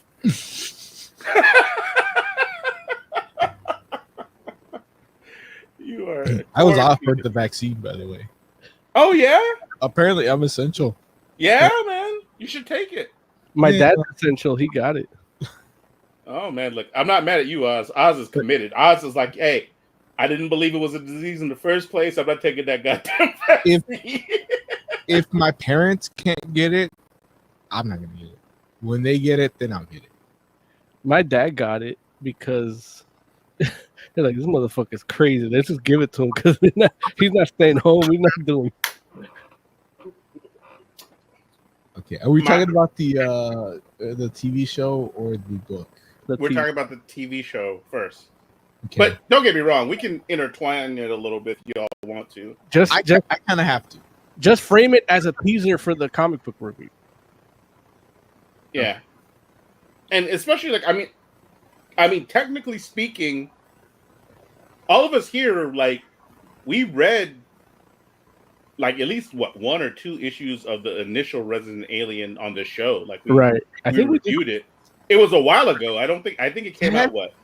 10 years ago. Technically, like you're not wrong, but let's get into this.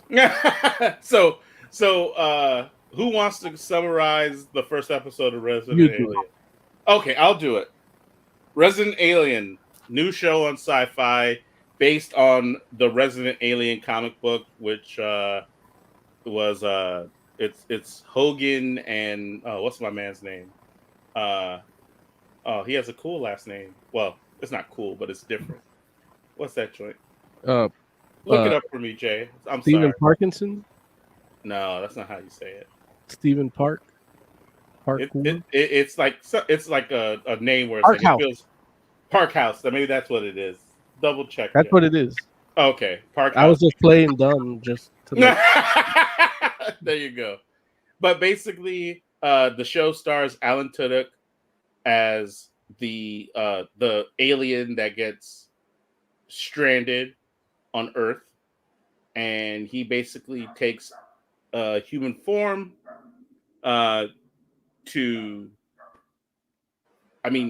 The idea is that he's basically taking a human form to blend in. He's trying to stay away from people, but is waiting for his basically to be rescued and to try to complete his mission on Earth.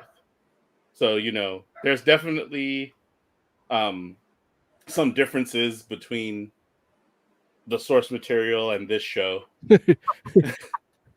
And so, but the show is basically about him trying to, not interact with too many people, so he can complete his mission, and he can, wait for his, I guess, his eventual rescue from this world. Unfortunately, there's not a lot of difference between this and that video game Destroy All Humans. No, Destroy All Humans is completely Just different. the look though. Oh, the look? Yeah. I hear you. Yeah. But I mean, like, I'll give you that in the sense that, the way that like the way the alien looks is definitely closer to the Destroy All Humans kind of motif, and it is like an alien that is maybe closer to what the pop culture version of aliens are. Mm-hmm. The resident alien is definitely not your traditional alien. It has some aspects that we might consider alien, because the resident alien in the comics has pointy ears, and that's something that people kind of equate with aliens sometimes. But he does have purple skin, as opposed to, I know Jay showed that picture.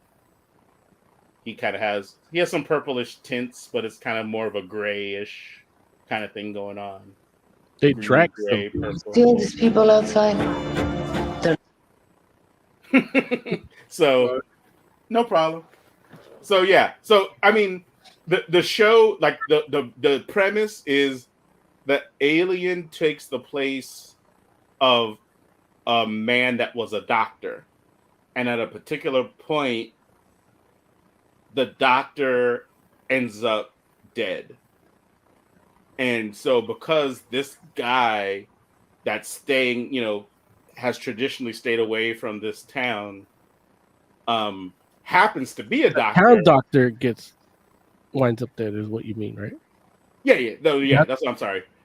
The town doctor ends up dead, and because the person that the alien takes the place of happens to be a doctor, the townsfolk end up trying to enlist this alien to take the place and investigate that doctor's death, because they need somebody with medical experience to be like, hey, what happened to this guy?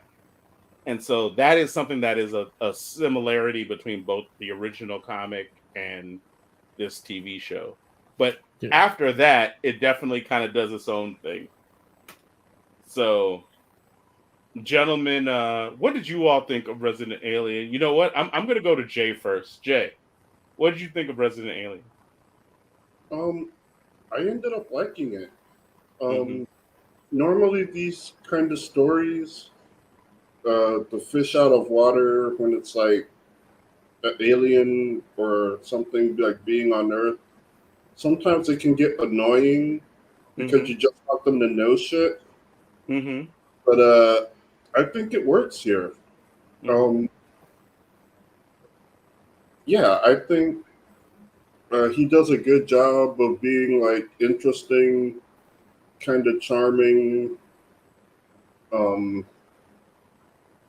So I think like his personality actually does kind of make it better. And I love how he says, "This is some bullshit."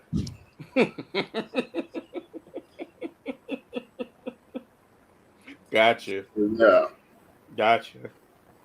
Oz, Resident Alien Episode 1, what'd you think? Well, I loved it because I love anything involving two dicks. And yeah, it was interesting reading an interview with him before it came out, where he talked about how it was weird being a human portraying an alien trying to be a human. And it definitely shows in his performance, and the way not only is it written very well, like it's funny, a joke on one scene sets up a joke like 5 minutes later, and it pays off really well. It's a well-written show. I enjoy the part where you see the human Alan Tudyk, and then like they'll pan out and there'll be like a mirror reflection, much like the image that we're seeing now on the screen. And like, you know, if Tudyk is drunk and dancing, and then you see in the mirror it's an alien, like the way they did that to kind of reinforce the fact that it's an alien was amazing. I had like my biggest criticism about this show is that there's one thing that I thought was just stupid, was just very poorly handled. And strangely enough, as I thought when it happened, and I thought, well, that's stupid, they should have done this. And then I read the comic, that's what happens in the comic, where when he transforms into this human form, like it's an actual physical transformation.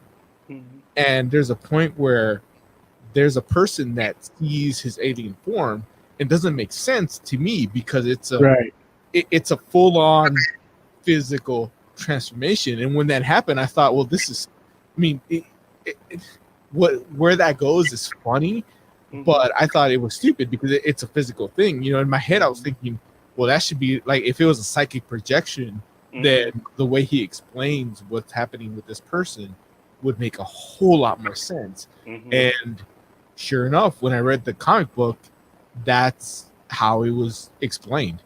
So, yeah, they should have taken a little bit more from the comic, and it would make a lot more sense. That whole physical transformation thing just still bugs me, but the show is so well written, and the actors in it are good, and it's a good show. I gotta recommend it.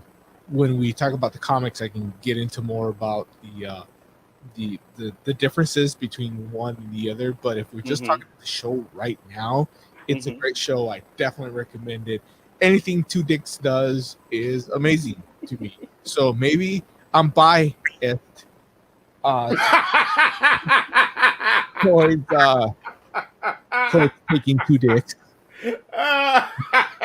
And yes, I am trying to beat our record for dicks last week. I don't know if I'll be able to say dicks enough times to beat the dicks from last week's dick show, but I am giving my best effort to squeeze in between the dick censorship of last week's episode. Dicks. So we clocked in at 40 dicks last week. So wow, that sure is a dicks of a dicks number to dicks get dicks. It's more than a handful of dicks, yeah. Look, I'll take all the dicks you can throw at me. Moses Magnum. I need to stop drinking cherry cider. Oh yeah, that's your look. You're turning into a girl. I hate ciders, but this fucking dark cherry cider has been amazing for some reason. I'm sorry, Mo. Go ahead. You're talk about dicks, Mo. Allow me to present you my dick. I'm actually not going to allow that. That's for the OnlyFans. I'm just saying, yeah. I'm definitely vetoing that. So, you know, when Oz, look, I really, really like the show, and it's primarily because of Alan Tudyk. Because usually a show that diverts from the comic, like this one didn't even divert a whole lot, like your iZombies or your Lucifers, but they are that trope that, like, hey, a fish out of water, like Joe said, but solves murders, you know? And this one helps because that's what the comic is in essence. and iZombie too, but they totally went a whole other direction. But Right. Lucifer is a whole other thing. Like, yeah, it's that's the news I forgot to get. Was maybe I'll do it one shot about Batman casting with Lucifer in it. It's a different Lucifer than TV show. So yeah, hit the bell for that. So that you can, I love Lucifer too. I mean, Tom Ellis. yeah, no, I hate that. Yeah. But that's the thing. It's like this one is so different, but it's so good, well done in its own right. Partly with one of the things I told Oz when we were doing Tudix on Tudyk last week was that I really like the comic where it's just a psychic projection of who he is, and in this one it's a transformation. But then when that kid finds out, like even in the comic, it actually worked better because the kid wasn't like terrified because the character isn't necessarily a killer. You know what I mean? And this Hollywood wanting you to like embrace a Marilyn Manson and humanize him, like Wait, what? well, it's like if they did a movie about Marilyn Manson biopic, you would want, even with his whole grooming shit, you would want to empathize with him. Like Hollywood wants you to empathize with the killers. So in here, you didn't even have to like make him a killer. They programmed people to empathize with the killer so much that they had to make this guy a killer so people could give a fuck about him. You know what I mean? I hear what you're saying. That's how I feel, because I watch a lot of like serial killer movies and shit, and they did it with Thanos, like they did his eyes different so that people could, they felt that it would people would empathize with him or see, like that's one of the things that people liked about Infinity War was like I can kind of agree with Thanos, yeah. Mm-hmm. But they were lefty liberals anyway. But it's just it's just they want that, and there's a certain you don't really, you can watch a movie about a piece of shit and still like enjoy a movie about it. Like you don't need to sympathize with the character. Like yeah, you'll hate the character, but stylistically the movie could be good. I feel like it's becoming a crutch. Like Dexter was one. I think. I don't know if that was the one that really like kicked it off, but I know everything kind of follows that after that because that did right. So and I feel with this you didn't need to do that. But Alan Tudyk's like his portrayal of this character was great, and I don't like the alien design. It's too gruesome. Like the story, while it is a fish out of water. In the comics, spoilers, like we're going to talk about comics later, but this is foreshadowing. The story is about a guy kind of becoming human, fitting in without necessarily fitting in. And the fact that like the design of the alien in the comics was like, it's closer to human than this kind of adds to that, especially since you see him only as that. The audience sees him as the alien only. Right. Here they have to show you Alan Tudyk, so there's got to be like, it could have just, if I think Alan Tudyk would have been fair game to like just be the plain alien like the comics and just have his performance show like, he I don't know. I think he's the go-to guy for that. Not to say that he shouldn't be showcased. I think he should be celebrated. As I said on Tudyk last week with Oz. Subscribe to our Patreon link somewhere. But yeah, but I really did like the show, and it's rare that I don't like.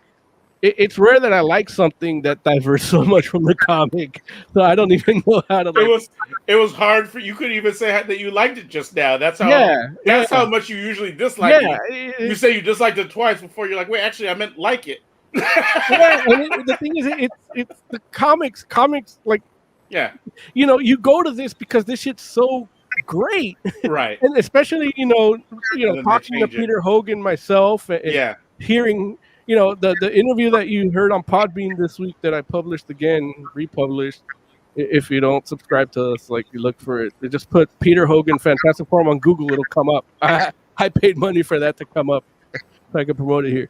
But it's it was like an 8-minute interview. It wasn't one of my favorite interviews of how I performed in it, but the conversation I had before the interview was like just great thing, talking about how he came up with it and how he came up from the Sandman days and things like that. And it's like, man, this story kind of like, it feels almost like him coming to make comics in America from being a European guy, a British guy, and you still kind of get that here, even from me personally. So it's like I can enjoy it, and he's getting paid. Like every time I see Peter Hogan and Parkhouse on it, I'm like, I watched it 3 times already. So the first episode, so it's like and I like when he goes bang bang. Like, yeah, it's so good. Yeah, it's so good. Now, I will say this: it's really interesting to watch this show because I think, I feel like everything that all of you said is 100% spot on, and it's really interesting just because you're right. Like, this is almost like is like I remember when they did iZombie, and we're like, wow, this show is so far removed from the source material that it's weird, but it has hold on. Did the book ever come out? Like, how do you compare it to a comic book? That's what I said, not what Larry said. Like, okay, Larry's talking about what I said. I just wasn't sure if the iZombie comic book ever came out. I mean, I know you were waiting for it, so I give you credit for that. But sorry, go ahead. My apologies. What? Did I say the wrong title? No, but You're right. a couple weeks ago we found out that you agreed that the comic book never came out. Oh, from one of your as always with this misinformation campaign. I'm like, what? Listen, whatever. Anyway, like I'm sitting here like, what is I was talking about? I'm like, listen, I'm sorry. I didn't shoot the accusation. I'm just repeating it. Right. It has not been proven false. Go ahead with your. So anyway, it was so far removed from the source material, but it had its own charm to it. And it's like, this show feels, it has like a little bit of that DNA in it, except that it's so much closer to the source material than iZombie was. It's not like, iZombie was super far removed.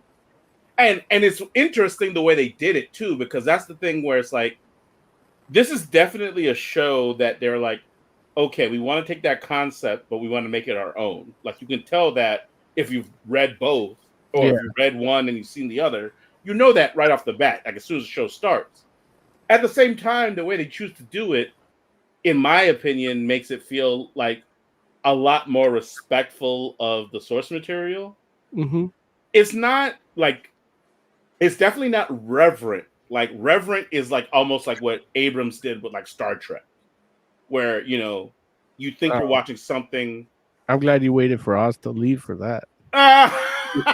Listen, whatever. I have no respect for Oz's fandom of Star Trek. Oh, take that, Oz. You better watch the archive. Being a Star Trek fan now myself, I can tell Oz like he's a fake ass Star Trek fan, because I've been watching that original series and it's like, dude.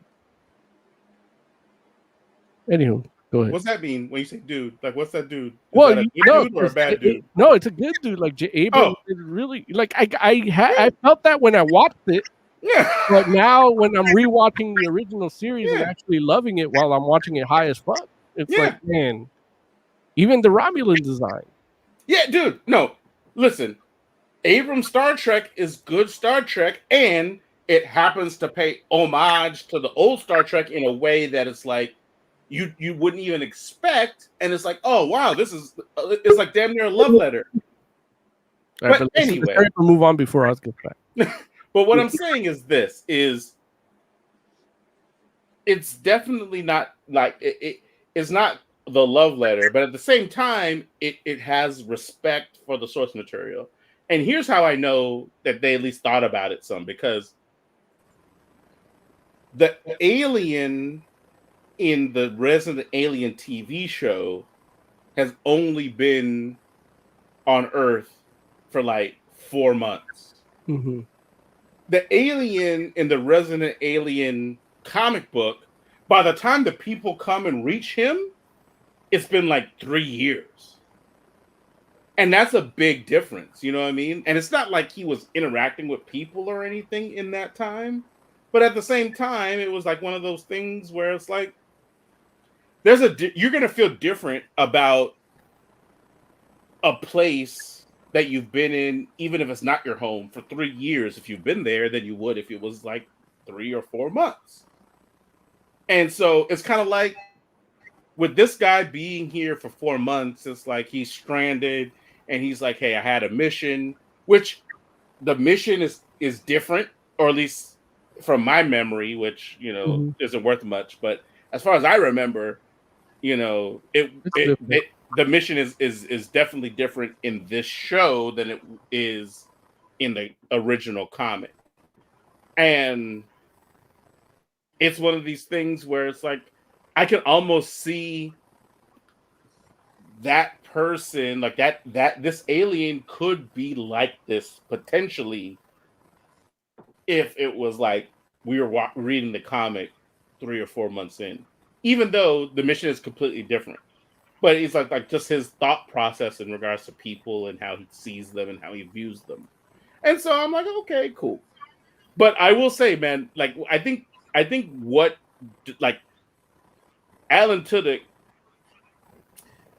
if we had questions on whether this fool was a national treasure leading up to this point, like we might have been like, I'm pretty sure Alan Tudyk's a national treasure just off of like, by the time you get to friggin' oh damn it, help me Mo, the DC Universe show, Doom Patrol, thank you, Jesus. By the time you get to Doom Patrol, you're kind of like, pretty sure this guy's a national treasure. Guess what? This seals the deal off of one episode of Resident Alien. I'm like, oh man, Alan Tudyk, like, we need to give this fool a medal. Like he's the Presidential Medal of Freedom. Absolutely. Biden needs to get on it, man. He's fucking up. Look, listen, I'm just like, this guy is awesome. He's amazing. He's been good for so long and hasn't gotten his due. And I'm not sure if this show's going to get it to him, but it should, because this performance is so good.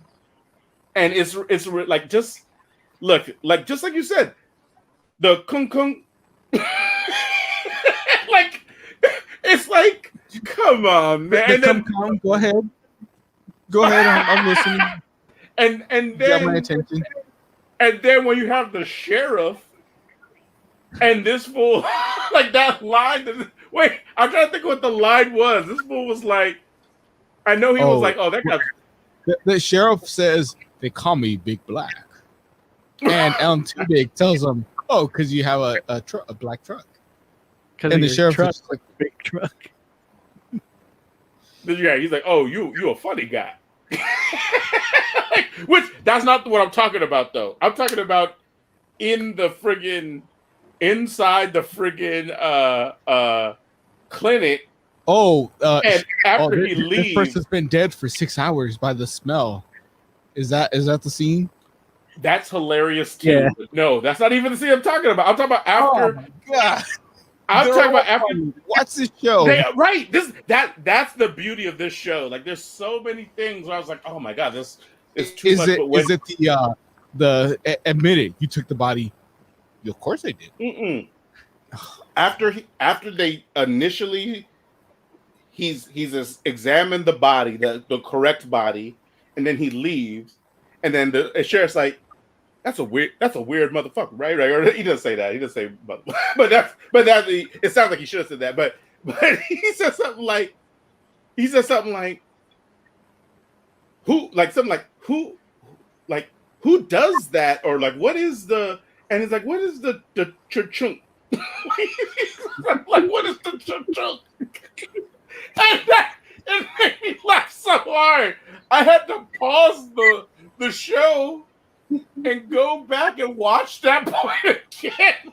It was just like he was like, what? I was like, dude, that it made me laugh so hard. I had to go and IMDb this fool, and I was like, is there something else I can watch him in? And I realized that I found out that he's like in The Closer, which I think I've heard of tangentially, but I've never watched. And I was like, I think I'm gonna go watch The Closer just so I can watch. No, I'm not saying it's funny. I just want to see more of him. Like that fool cracked me up throughout this entire show. And don't get me wrong. I'm having trouble relating to what you're saying because you're not talking about two dicks. Well, what I'm saying, without question, Tudyk is the star of this show. Like he is the 100% base of this whole thing, and it doesn't work without him. I don't feel like you could put somebody else in that role. Yeah, it's not gonna work. They might do an admirable job. It's not even like I don't think they could do it. I don't think anybody could do it. His portrayal of this character and this version of the character is so compelling, and it's like it's amazing. It's hilarious. I won't say it's terrifying, but it's eerie. Is probably the better word of it. Yeah, the better way to say it's eerie, and it's gonna like without question. Like after one episode, I'm like, oh, I'm gonna watch this until they decide to like either end it or take it off the air. Whatever comes first. Because it's not like here's the thing. It's not the kind of show that like they'll be like, oh man, hey, we kind of jumped the shark, so we're done. Like this show's gonna be good as long as it's on. It's just a matter of are people gonna be watching it or not? Because it's still on Sci-Fi, and that's not necessarily a network that everybody. Well, it's not even about whether people watch Sci-Fi or not, because there's an audience definitely for Sci-Fi, but it's just a matter of are they watching this? And I'm hoping that. I mean, while the pandemic is definitely not in the same place as it was, like it's not like Tiger King level, but I'm hoping there are enough people that are like looking for something to do that they will watch this show and make it the hit it deserves to be, because it's so good. It's so good. It's sickening how good it is. And I actually really like the part where he's talking with the girl and she like tells him like, this is where you're supposed to ask me about my childhood. And he's like, but I don't care about your childhood. Right. Now, let me ask you all this question. Do you all think she's Native American in this show? I think she is, but I don't think they're going to explore it like they do in the comics. Okay. Yeah, visually, maybe, but well, the whole thing with the buck, when she walks barefoot in the snow, I start to get the Native American vibes. But just looking at her, I don't. In what she does and says up until that point, I don't get that. I don't get that. She kind of has like a little bit of like a Latin American kind of thing going on, right? No, not because her man hits her or anything. Like, whoa, wait, nobody said that. I didn't say that. I thought that's what you were going for. No, that's not what I'm going for at all. Goddamn. But they don't. As far as I know, they don't like say her name either. Yeah, they do. Well, they say her first name, but they don't say her last name. No, not her last name. No, which is what would tell you, oh, Native American. That's true. That's true. Because in the book, her last name is what? 12 Trees. 12 Tree, right? And the thing is, also her relationship with her dad, right? In the comic is like, and here it's like, I was like dumbfounded by her daddy issues here with her relationship and everything, because it's like in the comic she wouldn't have these problems. No, not at all, not at all. And so it definitely feels like her dad's not like in the picture. Yeah, but at the same time, it feels like she's not even from that town. Yeah, and that's another thing. That's another thing that I thought was really interesting too, because in the show, it's like it's a very small town. Mhm. In the comic, and help me if I'm misremembering this, but I feel like I'm remembering this right. Like the town is a smaller town too, but it's not small town like how this is small town. Like, because they're like in this town, they're like, In the comic, it's supposed to be a small town, but I don't think the people writing it have ever been to a small town. well, Like no, the but people in the show have seen a small town because no, like- no, I'm not gonna say that though because well, the character goes to a hairdresser and can get a kind of I hate this like not Modern cut. necessarily, but not traditional hairstyle. Like yeah, it's the not the hair person that the character visits feels more like something that I would run into in LA or New York. Or Well, it's yeah, also but- Washington in the comic. right.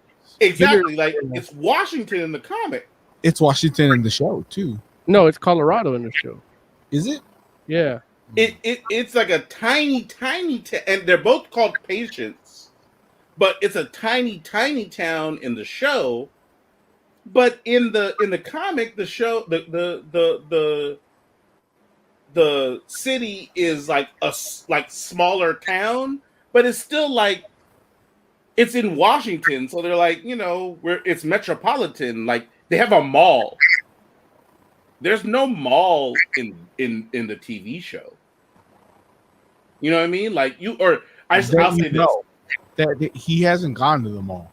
Well, what I'm saying is the way they portray it in the TV show, it doesn't make sense for this town to all of a sudden have a mall.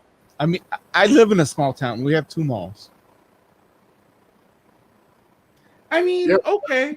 It's like Northern Exposure small. Wait, say again? This town seems like Northern Exposure small. Or Mayberry. I don't know if anyone remembers the show Northern Exposure. No, people remember Right. that show. That was a small town. This seems to be about like that size. It's small enough that there was 1 doctor and 1 nurse. In the TV show. Right, in the TV show. Yeah, but in the comic, it wasn't 1 doctor and 1 nurse. Kind of was because the doctor dies and Resident Alien becomes the doctor.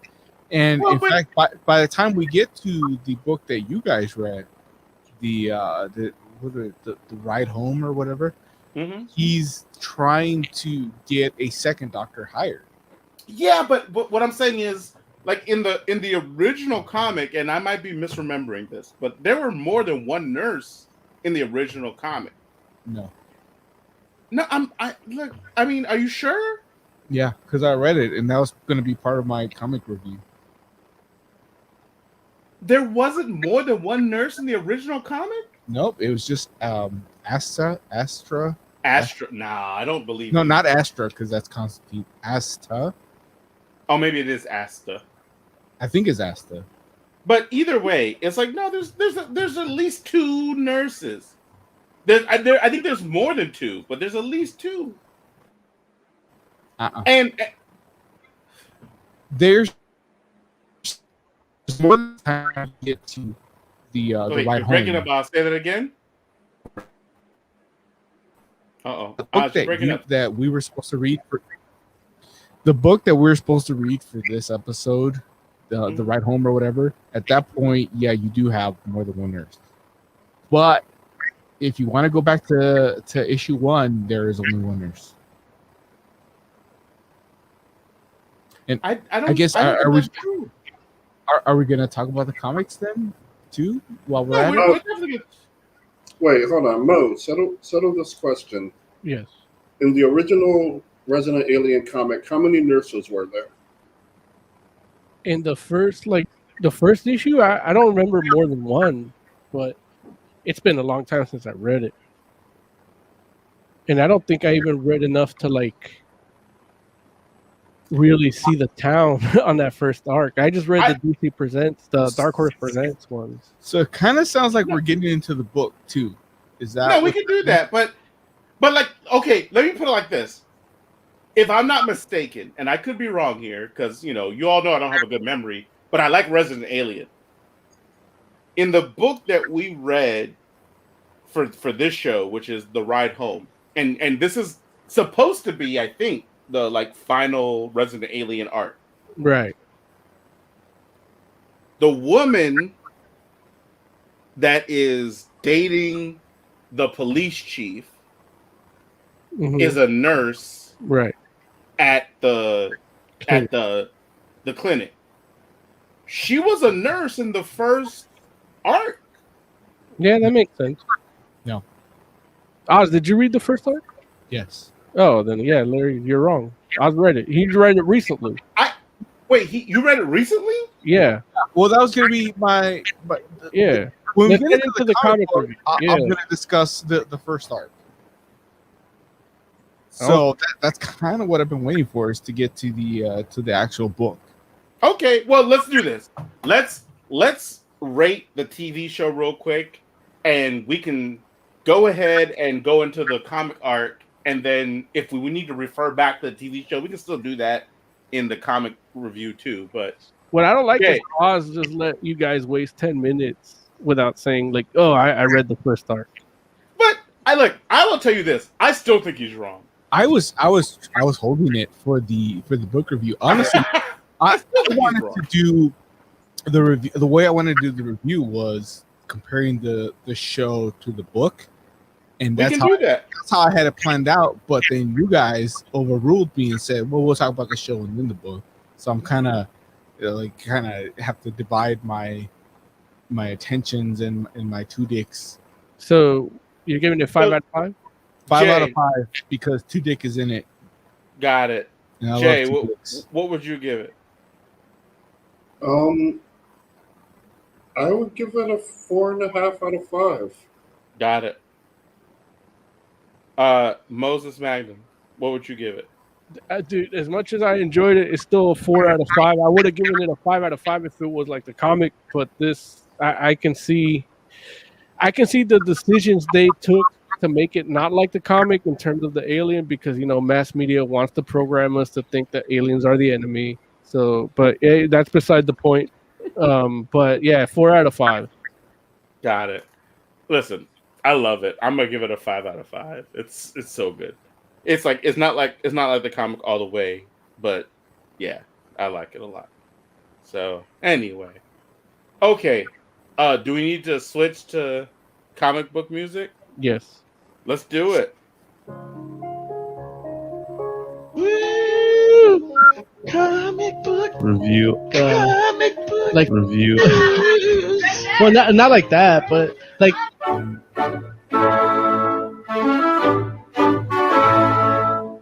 yeah, I think we're gonna change that song too. I hate that. We are? Yeah. Wait, you hate what right now? I hate that he's editing, because now Oh. he's gonna slowly erase me from the You know, show you know why I taught myself to edit and all this shit, right? because you hate me. No, so that you can explore your shit a little more creatively, and then we could divide the workload between Joe and Oz whenever they decide to make shit, so that we could come out in timely manner. I just feel like I'm being replaced, and it's mostly Lawrence's fault for like actually trying to physically replace me. What did I don't even remember when that happened. Yeah, that's the problem. The hate is so ingrained in you that it's like That's what it it feels is. natural. It I remember the exact text message. I it's was like- like He goes. I was like, Oz will not replace us. I literally responded like, "WTF? I'm being replaced." like, should we have people come on and talk about DC stuff? That was when Oz was like not on the show though, right? No, he no, was on no. the show. This was Like- like in December. Oh, like recently, okay. you got a DC Okay. guy, and you're like, "Hey, this DC expert is on deck, ready to go." There it is. That's what I did.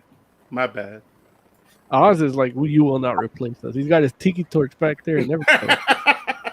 He's wearing his cargo shorts and New Balances too.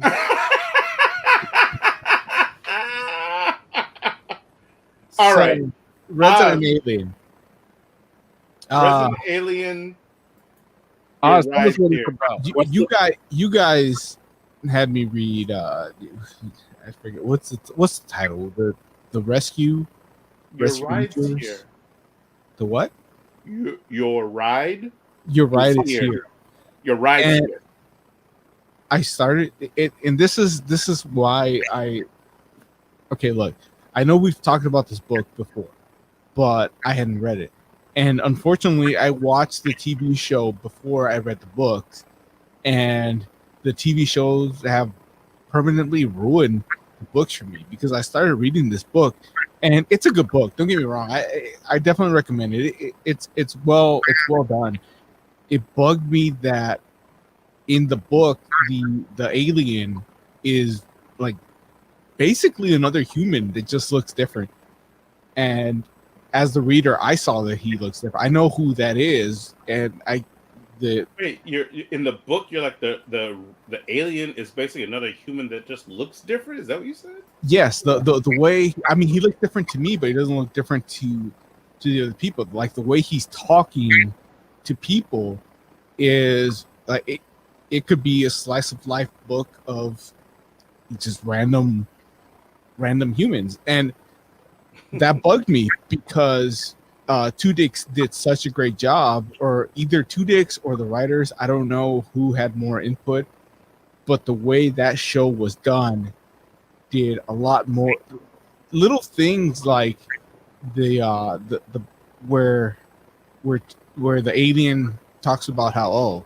to my people, you guys, if humans are as smart as lizards, and then he says that comment out loud, which was hilarious, and that leads to another joke later on, which is even funnier.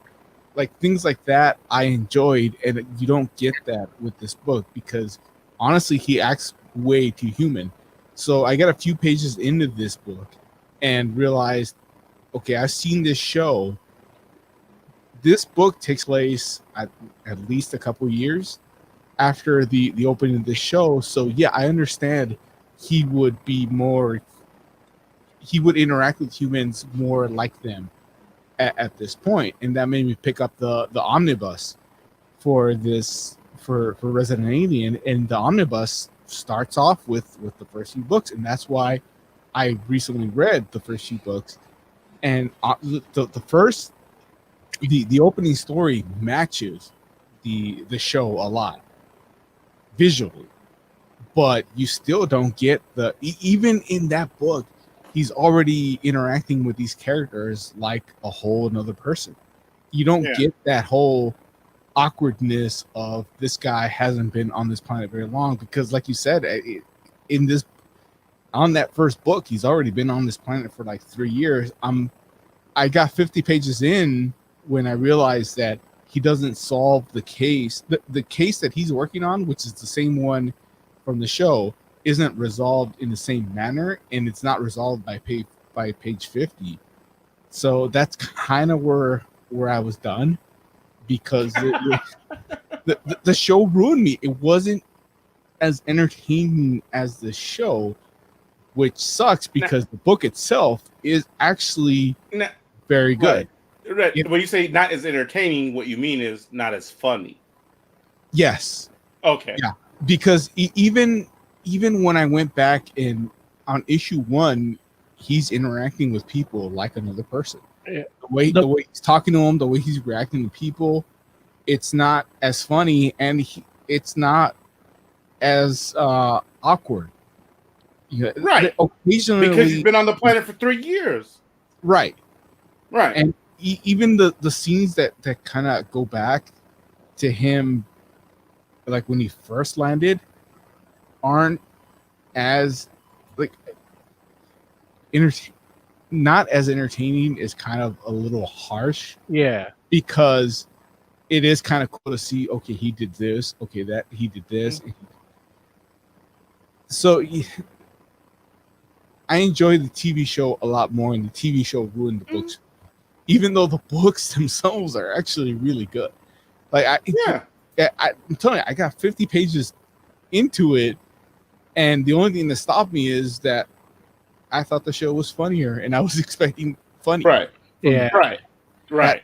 When you talk about the comic too, like this is one of the things that I really enjoyed, like because there's the mystery aspect that's happening, but it's really just people hanging out, Right. and it's still riveting. Like it's still it's I wouldn't say exciting, but it's entertaining. It's just not funny. Like you don't have to fill in the space between commercial breaks, I guess. Right. The way I'd put it, but I really reading your rides here after so long after reading the first arc is like, man, I'm really, I know Larry, you've kind of picked them up in between in the last since we reviewed the first issue here and there. Oh, I've been reading it relatively regularly, right? But yeah, but they don't come out regularly. So no, they don't. They don't. Yeah, which is part of the beauty too. If you're following it, it sucks. But now it's like you got everything, and you can read it at your pace because the show doesn't.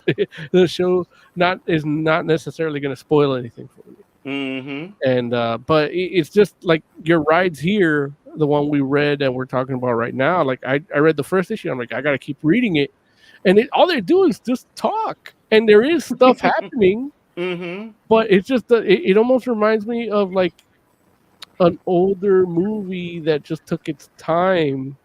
Yeah. And I guess it's one of the criticisms that some people didn't like about WandaVision because it's done in that old style that they don't get that pacing. Right.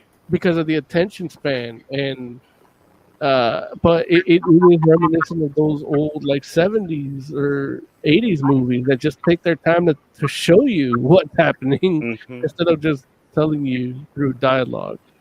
Real quick, the first Resident Alien book, I just looked it up real quick, came out in April of 2012. Okay. So yeah, and that's like literally like here's the thing, like generally speaking, Resident Alien comics come out I'll say this. The like first few miniseries come out as a 0 issue. And it's a 0 issue because the original run was in Dark Horse Presents. Mm-hmm. And so it's like literally like piecemeal, like month to month in Dark Horse Presents. But then they collect the Dark Horse Presents issues in a 0 issue. And that's what came out in 2012, which means the Dark Horse Presents joints came out in 2011. So 2012 is the first joint that like we were talking about because it came out in Dark Horse Presents in 2011. We talked about it in 2012 as like 0, issue 1, 2, and 3. And generally speaking, they come out like in 4-issue arcs, usually like 0, 1, 2, and 3. But later it's different. And this arc that we're talking about right now is actually supposed to be 6 issues. So, but it's just crazy because it's like, I mean, we can't say we were there like at the beginning because we weren't talking about it in Dark Horse Presents. Right. Even though we did review some Dark Horse Presents books, but not the Resident Alien ones. No, we did. But Concrete Jungle or yeah, we do, dude. All types of stuff. Concrete Park and 13. Right. Exactly. It came out around the same time. I think before, but I might be wrong. But what I will say is this.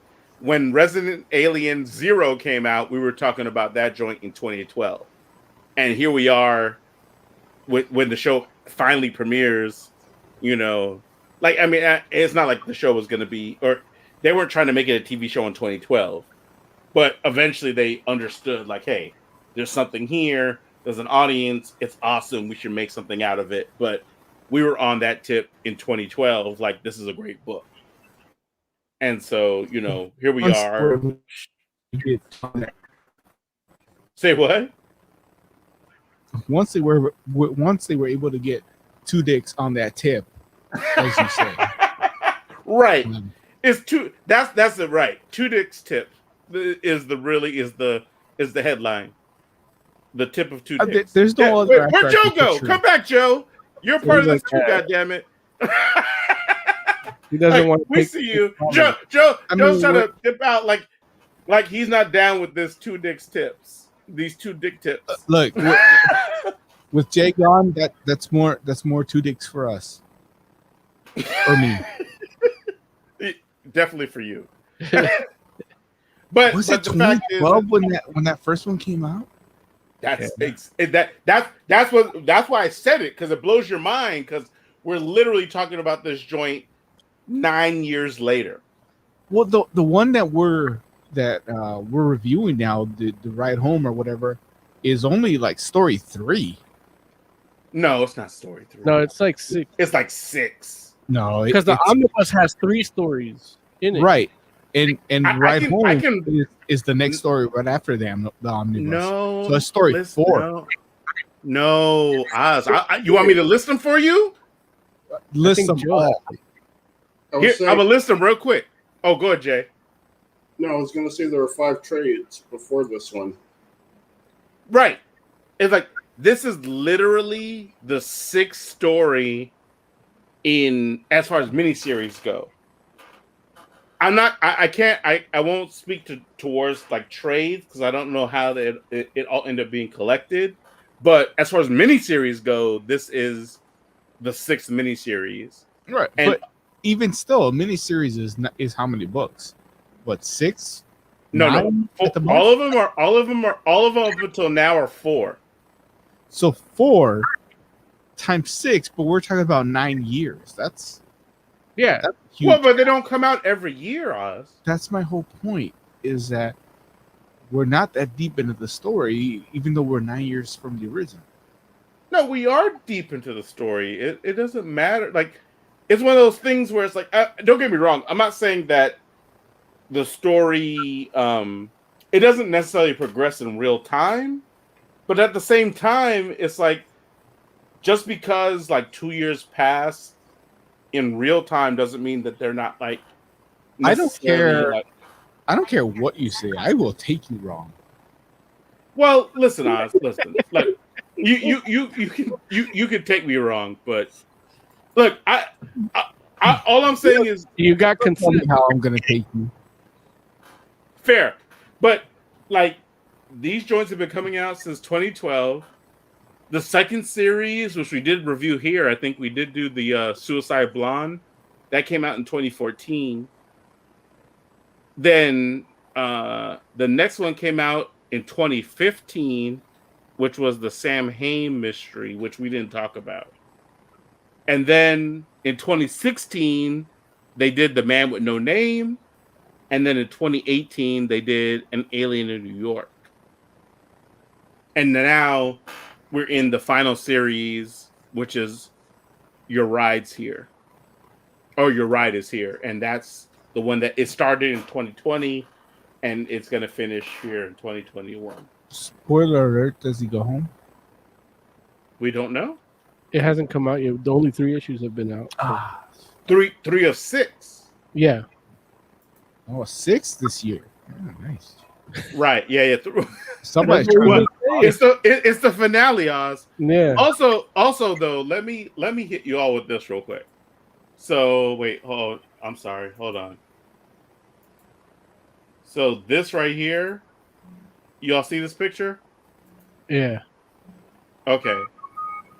So that's the nurse that's in the issue that we're talking about today. Uh-huh. Right. Which is a couple years after the what? Actually, I shouldn't say that. Well, this it- this is huh? It's at the point where Resident Alien is the main doctor and he's trying to get replacements. Right. But Is it Asta? I keep saying Yeah. Asta. I get confused with Astra because I read so much Hellblazer. Asta at this point is barely a nurse. Like Homegirl is just doing her own thing at this point. right. But the point I'm trying to make is this is Resident Alien issue 1. Like No, period. No, it's not. I'm telling you it's Resident Alien issue 1. It's not. Why would I you read like, issue 1. It's not. you read it but you didn't read it good enough. This is her in issue 1. No, it's not. Are you sure you read issue 1? Yeah, Like, they go up. what would you like to see? Issue 1 is the murder mystery from episode 1, where he's Right. trying to figure out who killed the doctor. Spoiler alert: it's not the same person that does it in the show. And I read at least up until the point where they've already forgotten about that first murder and are on murder number 2. And I'm just telling you. this panel that you're showing us, I don't remember it. It wasn't in those first 50 I'm not pages. saying you remember it. I'm saying it's still from issue 1, whether you remember it or not. It's not from issue 1. I'm telling you, it's not. So, what would you like me to do to show you that it's from issue 1, huh? Show me more than a panel. And actually, I'm looking at it. I'm going to look it up now. So you guys, Okay, jerk you look each it other up. off or whatever. You look it up and you tell me if that panel's an issue or not. How about that? So that way, I don't have to show you nothing. You can look it up for yourself and tell me if that panel's an issue 1 or not. It's not an issue 0, but it's an issue 1. And I'm just showing that to you just so you know, like, there are other nurses in the first arc of Resident Alien. So, but let's talk about Resident Alien, your rides here. Oz. Moses. I'm sorry. Forgive me. Oz got me all discombobulated. Yeah. Look, I think Pakawaza Kizer 1409 in chat put it best. Want to become famous by followers, crimes, and viewers on click.ru. You are hilarious for that. Look, I want to be famous. No, I really don't. I'm not looking for fame. I'm not looking for fame. Yeah. I just want to talk about comics with people that like comics. Yeah. Where can I click for that? That's it. That's what I'm trying to do. I'm trying to talk about comics with people that like comics. Hopefully somebody will try to sell that to me soon. Look, this book is the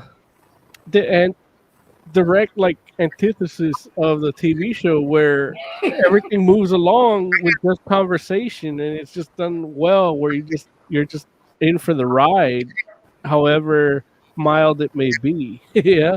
Well, let me ask you this question. There is a little underlying threat that's looming, and that, because of how they choose to do it through the conversation and kind of light execution of it, it actually makes it feel more compelling, I guess. Like, I want to know what's happening. I even love how at the end of each issue, they're like, next week, Harry tests somebody for anemia.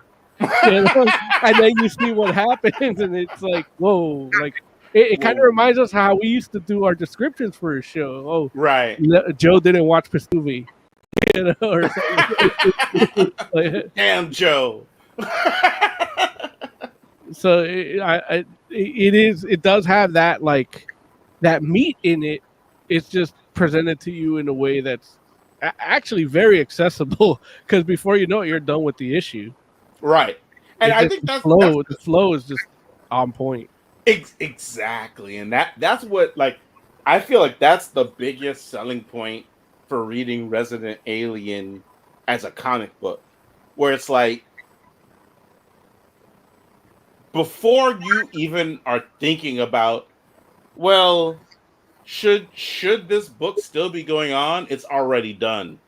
And it's not like it's a shorter book than any other book. It's a regular sized comic book. It's just that the way that the dialogue and the plot and all that stuff goes on, it just feels like it moves quick. And, you know, it's like, by the time you get to the end, you're like, dude, I need to read the other one. Just like how Oz said. Oz is like, you know, and don't get me wrong, like, Oz wasn't like, I disliked the book. At no point did he say I disliked the book. He was just like, I was expecting something different based on the TV show, which is not, like, based on all of us watching the TV show and having read the comic book beforehand and reading this book today, like the book that we're reviewing today, it's like, yeah, like the tone of the book and the tone of the show are different tones. But it's like the book reads like it's a super swift read. And it's not even like it's like, oh, it doesn't have a lot of words in it. It's very conversational, but at the same time, it's just like it's like you talking about the first issues of Resident Alien versus the TV show. It's kind of like, yeah, you're right. Like they make the main character a lot more menacing in the TV show than they do the comic. Because in the comic, he's a real good guy. And you know that from the jump. However, like you still are kind of like enthralled, and you like the same kind of charm you feel, or at least I'll say this. It's similar, the type of charm you feel from the character from the TV show. It's similar, the kind of charm you feel from the guy from the comic. It's not the same, but it shares commonality. Like, and here's the thing, like this for me as a person that's like, oh, okay, like I love comics and I like to see them in other mediums. Like this felt very MCU to me, in the sense where it's like it didn't like do what the comics do, you know, verbatim. But when you look at the influences, it felt like, okay, I feel like they were like, okay, the influences from Resident Alien, the comic, were apparent to me in the television show. But they're like, well, let's move it forward in time and let's see, like, what would this guy act like if he was only here for a few months versus a few years? Mm-hmm. And that felt very like, you know, like pertinent to me, where I'm like, okay, like that's like, it's like, yeah, I can see the inspiration or how the source material inspired the television series, and how you're like, well, if he had only been here a few months, he might act like this versus like that. Now, don't get me wrong, it's still a little bit of a jump where you're like, his mission is a different mission than the one in the comic. But at the same time, it's kind of like, okay, I mean, that's quote unquote creative license, right? And you actually hit the nail on the head for once and explained it right. Bam! Take that, internet! By comparing it to the MCU, where it's like, yeah, it doesn't follow the comics, but it gives you something that feels like it in spirit to a degree, and is actually executed well. Mm-hmm. Whereas opposed, you get something like Gotham or your Birds of Prey or your Batwoman, you know, as enjoyable as Batwoman could be. Boo! Boo! I almost Said watched that specifically episode to 3. go against me. Yeah, but you know, as much as you know, I get mad about the adaptations not being, especially with Marvel. Like, I have to say that, you know, they do a good job. Yeah, like for better, as much as I can hate it, they do a good job. Like, you know, I was watching just Endgame again and Right. more, and it's like I'm mad, but I want to watch myself being Right. mad. Yeah, Exactly. Oz. Yeah. Did you look that thing up? Look, just because you somehow taking control of the Mandela effect doesn't mean I have to acquiesce to your demands. man. I don't know what does that mean, Oz? What You are don't know saying? what the Mandela effect is? I know what the Mandela effect is, but what are you trying to say? I'm trying to say you That it wasn't there. manipulated time and space somehow. So you're saying that what I was saying wasn't correct originally, but now it is? Technically, the panel that you put up is in episode 1, because I forgot that episode 0 is a full-blown comic. 20 whatever pages of a comic book. Wait, what? So what are you saying, somehow Mandela your way into my two dicks, and Wait, yeah, what? that panel is there, even though she's not called a nurse. What? technically. Wait, you're saying in issue 1 of Resident Alien, she's not a nurse? In issue 1, which is technically issue 2, because issue 0 is a thing. Wait, what? No. Issue 0 is issue 0. Issue 1 is issue 1. Right? I don't know what you're trying to say. The I'm just Mandela saying- effect has I reared its ugly head, and look, I you don't know haven't how you get control of it. you haven't experienced the Mandela effect till you dealt what I dealt with today. It was terrifying. But what I guess what we could say all agree on is that Oz is just a two-dick head. I do enjoy two dicks. Yeah, and that's okay. I'm not He's here like- to tell you that you can't. yeah, you can because have as many dicks as you want, Oz. I feel like you're restricting my level of enjoyment of how many dicks I can take at No, once. look, listen. As far as I'm Last concerned, week, last week you mocked my love of Dick Grayson, and this week, as I double down on my love of Dick, two dicks. I'm officially blessing way to you. transition that. I'm just trying to get the numbers up. I'm As you- officially blessing you to have as many dicks as you would prefer, Oz. I don't think you have the authority to bless me. First, of all. isn't there an executive order that lets you do that now? Maybe there's 1,000 of them at this point.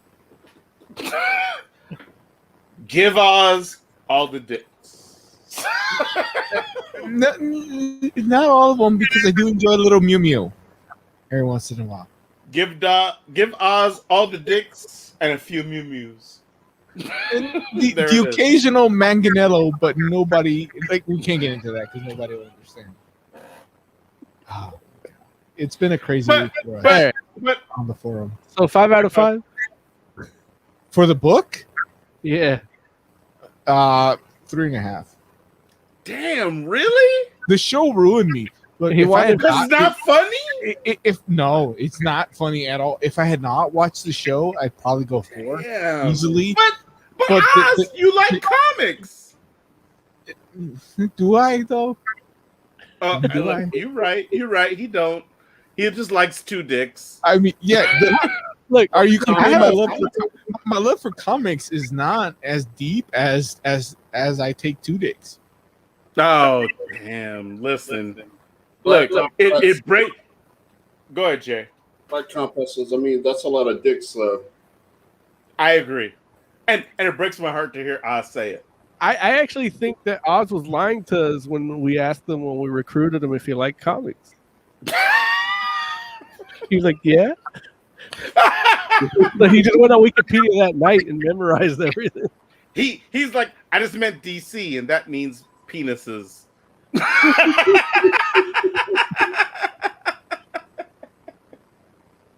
It's okay. Listen, I'm not here to judge you. If you want to cover the penis comics, I'm glad you're here, because all of us aren't covering the penis comics. If that's what you want to do, I got some fan fiction for you.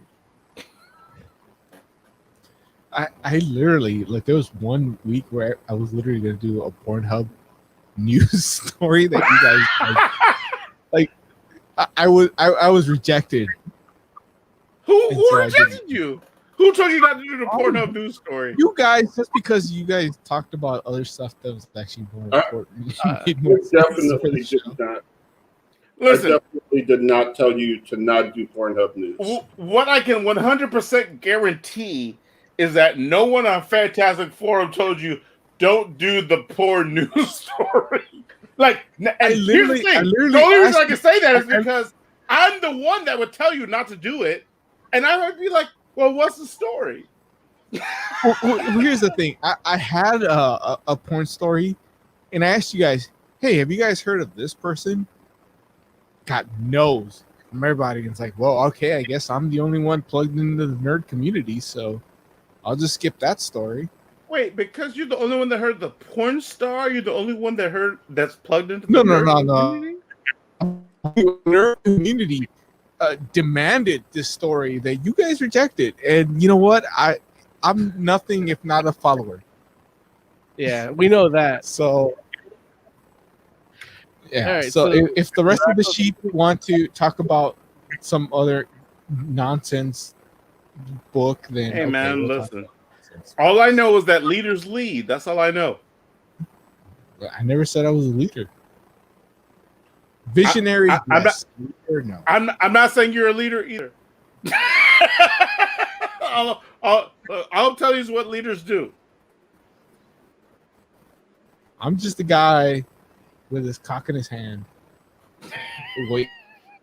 With his cock in his hand, jacking off to the nurse from Resident Alien #1. I'm actually gonna upload this video to Pornhub, and it's gonna be 4 studs jizz on cam to Tudyk, to Alan Tudyk, and it'll be the segment of reviewing the show. As long as I'm not the star, I'm okay with that. Look, you're gonna be on it. No, I'll be on it, but I don't want to be the main one. Black Compass says, "All right, well, time for me to go to bed." Hey, as long as you're satisfied, Black Compat. As long as you're satisfied. That's all I'm gonna say. And I'm gonna say that as respectfully as I can. If it wasn't respectful, I apologize. Yeah, fuck these guys. I go right to bed when I'm done. No Unless you one put is me asking on you what this. you do, Oz. Larry, did you rate the comic yet? No. Okay. Go ahead. Wait, and would you like me to?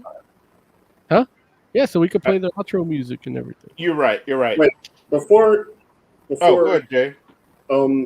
just want to thank Black Compact for like hanging in there with us. Like we're running a little long, and I know she's like way out there on the east, so she's like Indeed. 3 hours ahead of us. She So was thank you. Appreciate you staying up with us. she was expecting the tight 2, but then got the tight 2. And also too, I'm gonna say that's probably Rochelle. It might be Panda. I'm sorry, it might be Amanda, but it's probably Rochelle. And Rochelle just had a birthday, so thank you, Rochelle. We appreciate you. Like, happy birthday again. Black Compact also does a show right before we go on live, right? Yeah, absolutely. Like they're on Wednesdays and on Fridays and on Sundays generally. So Man, I wish he plugged our show like he does there. And they made it so I What? to play Last of Us 2 Wait, what? Last of Us 2? because you watch them play, you can watch Amanda play it, and I don't have to play it. Like she just plays it, and now I just watch her play it, Oh, nice. so I don't have to play it. It's just as exciting as playing it. look, Is I that believe pretty Mo good? I'm not- 100%. Like I'm probably not gonna get that. And look, I enjoyed watching it, so I'm sure playing it is going to be better. No, listen, Black Compact, they do their thing. So it's like if you're like, hey, I don't know if I'm gonna get that game or not, just watch them play it. I'm still fighting All to right. get it. 5 out of 5, Larry. You know what? I don't know if I can give at this point your rides here 5 out of 5, but I'll give it 4.5. You're lost. Say what? Disney, he give it that extra bonus. Wait, what's happening? He just went flaccid. Who, me or Oz? Oz. Oh, got it. No, I'm just saying, like, we're halfway through. It's a good series. I read all 3, and you know what I will give this series credit for, in the sense that it feels 100% like it's like trying to wrap up all of the dangling like plots. Like what I will say is that it feels like in these 3 issues, it feels like all the people that you're like, hey, whatever happened to such and such, or what happened to this person? They're trying to make sure that you don't have none of those questions by the end of this series. Because in 3 issues, I feel like, damn, like it called back to so many people from the original Resident Alien. And that's cool to me. So only because halfway through, I'm gonna give it 4.5 out of 5. But by the time it's done, who knows? I might give it 6. So that's what I'll say. Nice. What about you, Jay? Right now, I would probably give it a 4. I should probably read it though. So, Look, 4 is a good answer for not having read it. When you read it, you'll give it a 4.5 or 4 and a 4 or a 4.75. It's okay. Like, listen, it's okay. Oz, what did you read it, right, Oz? I thought I already did 3.5. Oh, you're right. Oh, right, because you're like, it's not funny enough. Right, it's Black not like a Lagoon. TV show. Right. Black Lagoon and Chat says, whose podcast is this? Mine. This is Fantastic Forum Live. No one knows. It might be Moses's, it might be Oz's. It's probably not Joe's. It's definitely not mine. So that's the not answer mine. to the question. What'd you say? You can join in. Tune in next Wednesday at 6:30 p.m. Pacific because we're about to head out. I mean, we are, Normally, but yeah, like, normally you can join in, but we're at the tail end right now. look, I'll say if you want to join in right goddamn now, hit that call-in button, Black Compact. Go ahead. Larry, see, this is why it's not your show, Larry. Lagoon, not Compact. Yeah, it's also not Black Compact. Oh, Yeah. who was it? It's somebody else, Larry. That's what. Look, Who All was it? look. Oh, Black Lagoon? Black Lagoon. Yeah. And No, you can call kinda it right now, goddamn damn. We'll go another hour. Let's go, Black No, Lagoon. Larry, final thoughts. No. You can't find a thought me, goddamn. All right. Where's Black Lagoon? Black Lagoon, call it right now. We'll go another hour. Lawrence Joe, is drunk. final We'll skip thoughts. him. Yeah. Jay, Jay, what are your final thoughts, Jay? Yeah, I watched the show and I could not think of anything to pair it with. If you can think of anything that will pair good, any like cartoon or anime that will pair good with Resident Alien, hit us up. That's a good final thought, Jay. Oscore, final thoughts. Can't wait to see the Snyder Cut.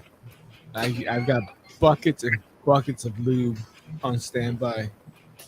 I'm probably gonna watch it 4 times before we talk about it. So we should talk about it immediately. Right. Which you have to wait till March, though. I know. Okay, It's good. sad, As long but- as you know, don't jizz until March, okay? Well, Oh well. I mean, Jay. I still got 2 dicks in Mew Mew.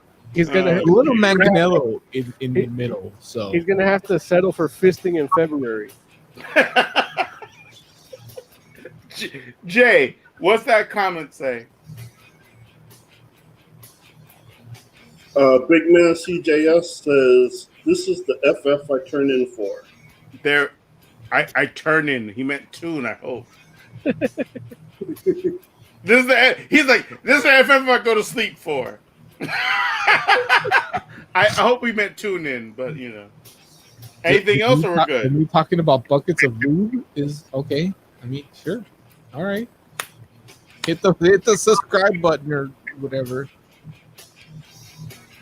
Black Lagoon 2019. Thank you. Next time, come in a little earlier. But good night. Thank you for the follow, and hopefully we'll get to talk to you next week. We don't know what we're talking about next week, but it's going to be comics and shows. As There far it as for my final thought, I would like to apologize to Sean Gunn. I've been critical about him in the past, and I'm rewatching Gilmore Girls, and he's amazing in it. So, yeah, Sean Gunn is in Gilmore Girls. yeah. And then also, if you want, like, I can't give you an anime to pair Resident Alien with, but if you like Alan Tudyk and Resident Alien, watch 310 to Yuma or The Tick or that one episode of Curb Your Enthusiasm. There you go. Yeah, but he's in those. He is, in fact, in all of those. For the entire Fantastic Forum, thank you all so much for hanging out with us. We do appreciate you. We'll be back next week. Please interact with us. Let us know what you like. Let us know what you don't like. Let us know what you want us to talk more about. If there's something that you think we talk too much about, like maybe dicks. If you're like, hey, there's too many dicks, You never get it. you can let us know that. We will take that criticism to heart and be like, you know what, Oz, you need to talk about less dicks. If somebody says I'm talking too much about dick, fuck you, dick.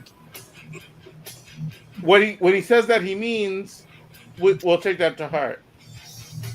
This is Fantastic Forum. We'll be back next week. Thank you so much for hanging out with us. Until then, we'll catch you next time. You don't tell me what to do with dicks. I don't. I absolutely don't.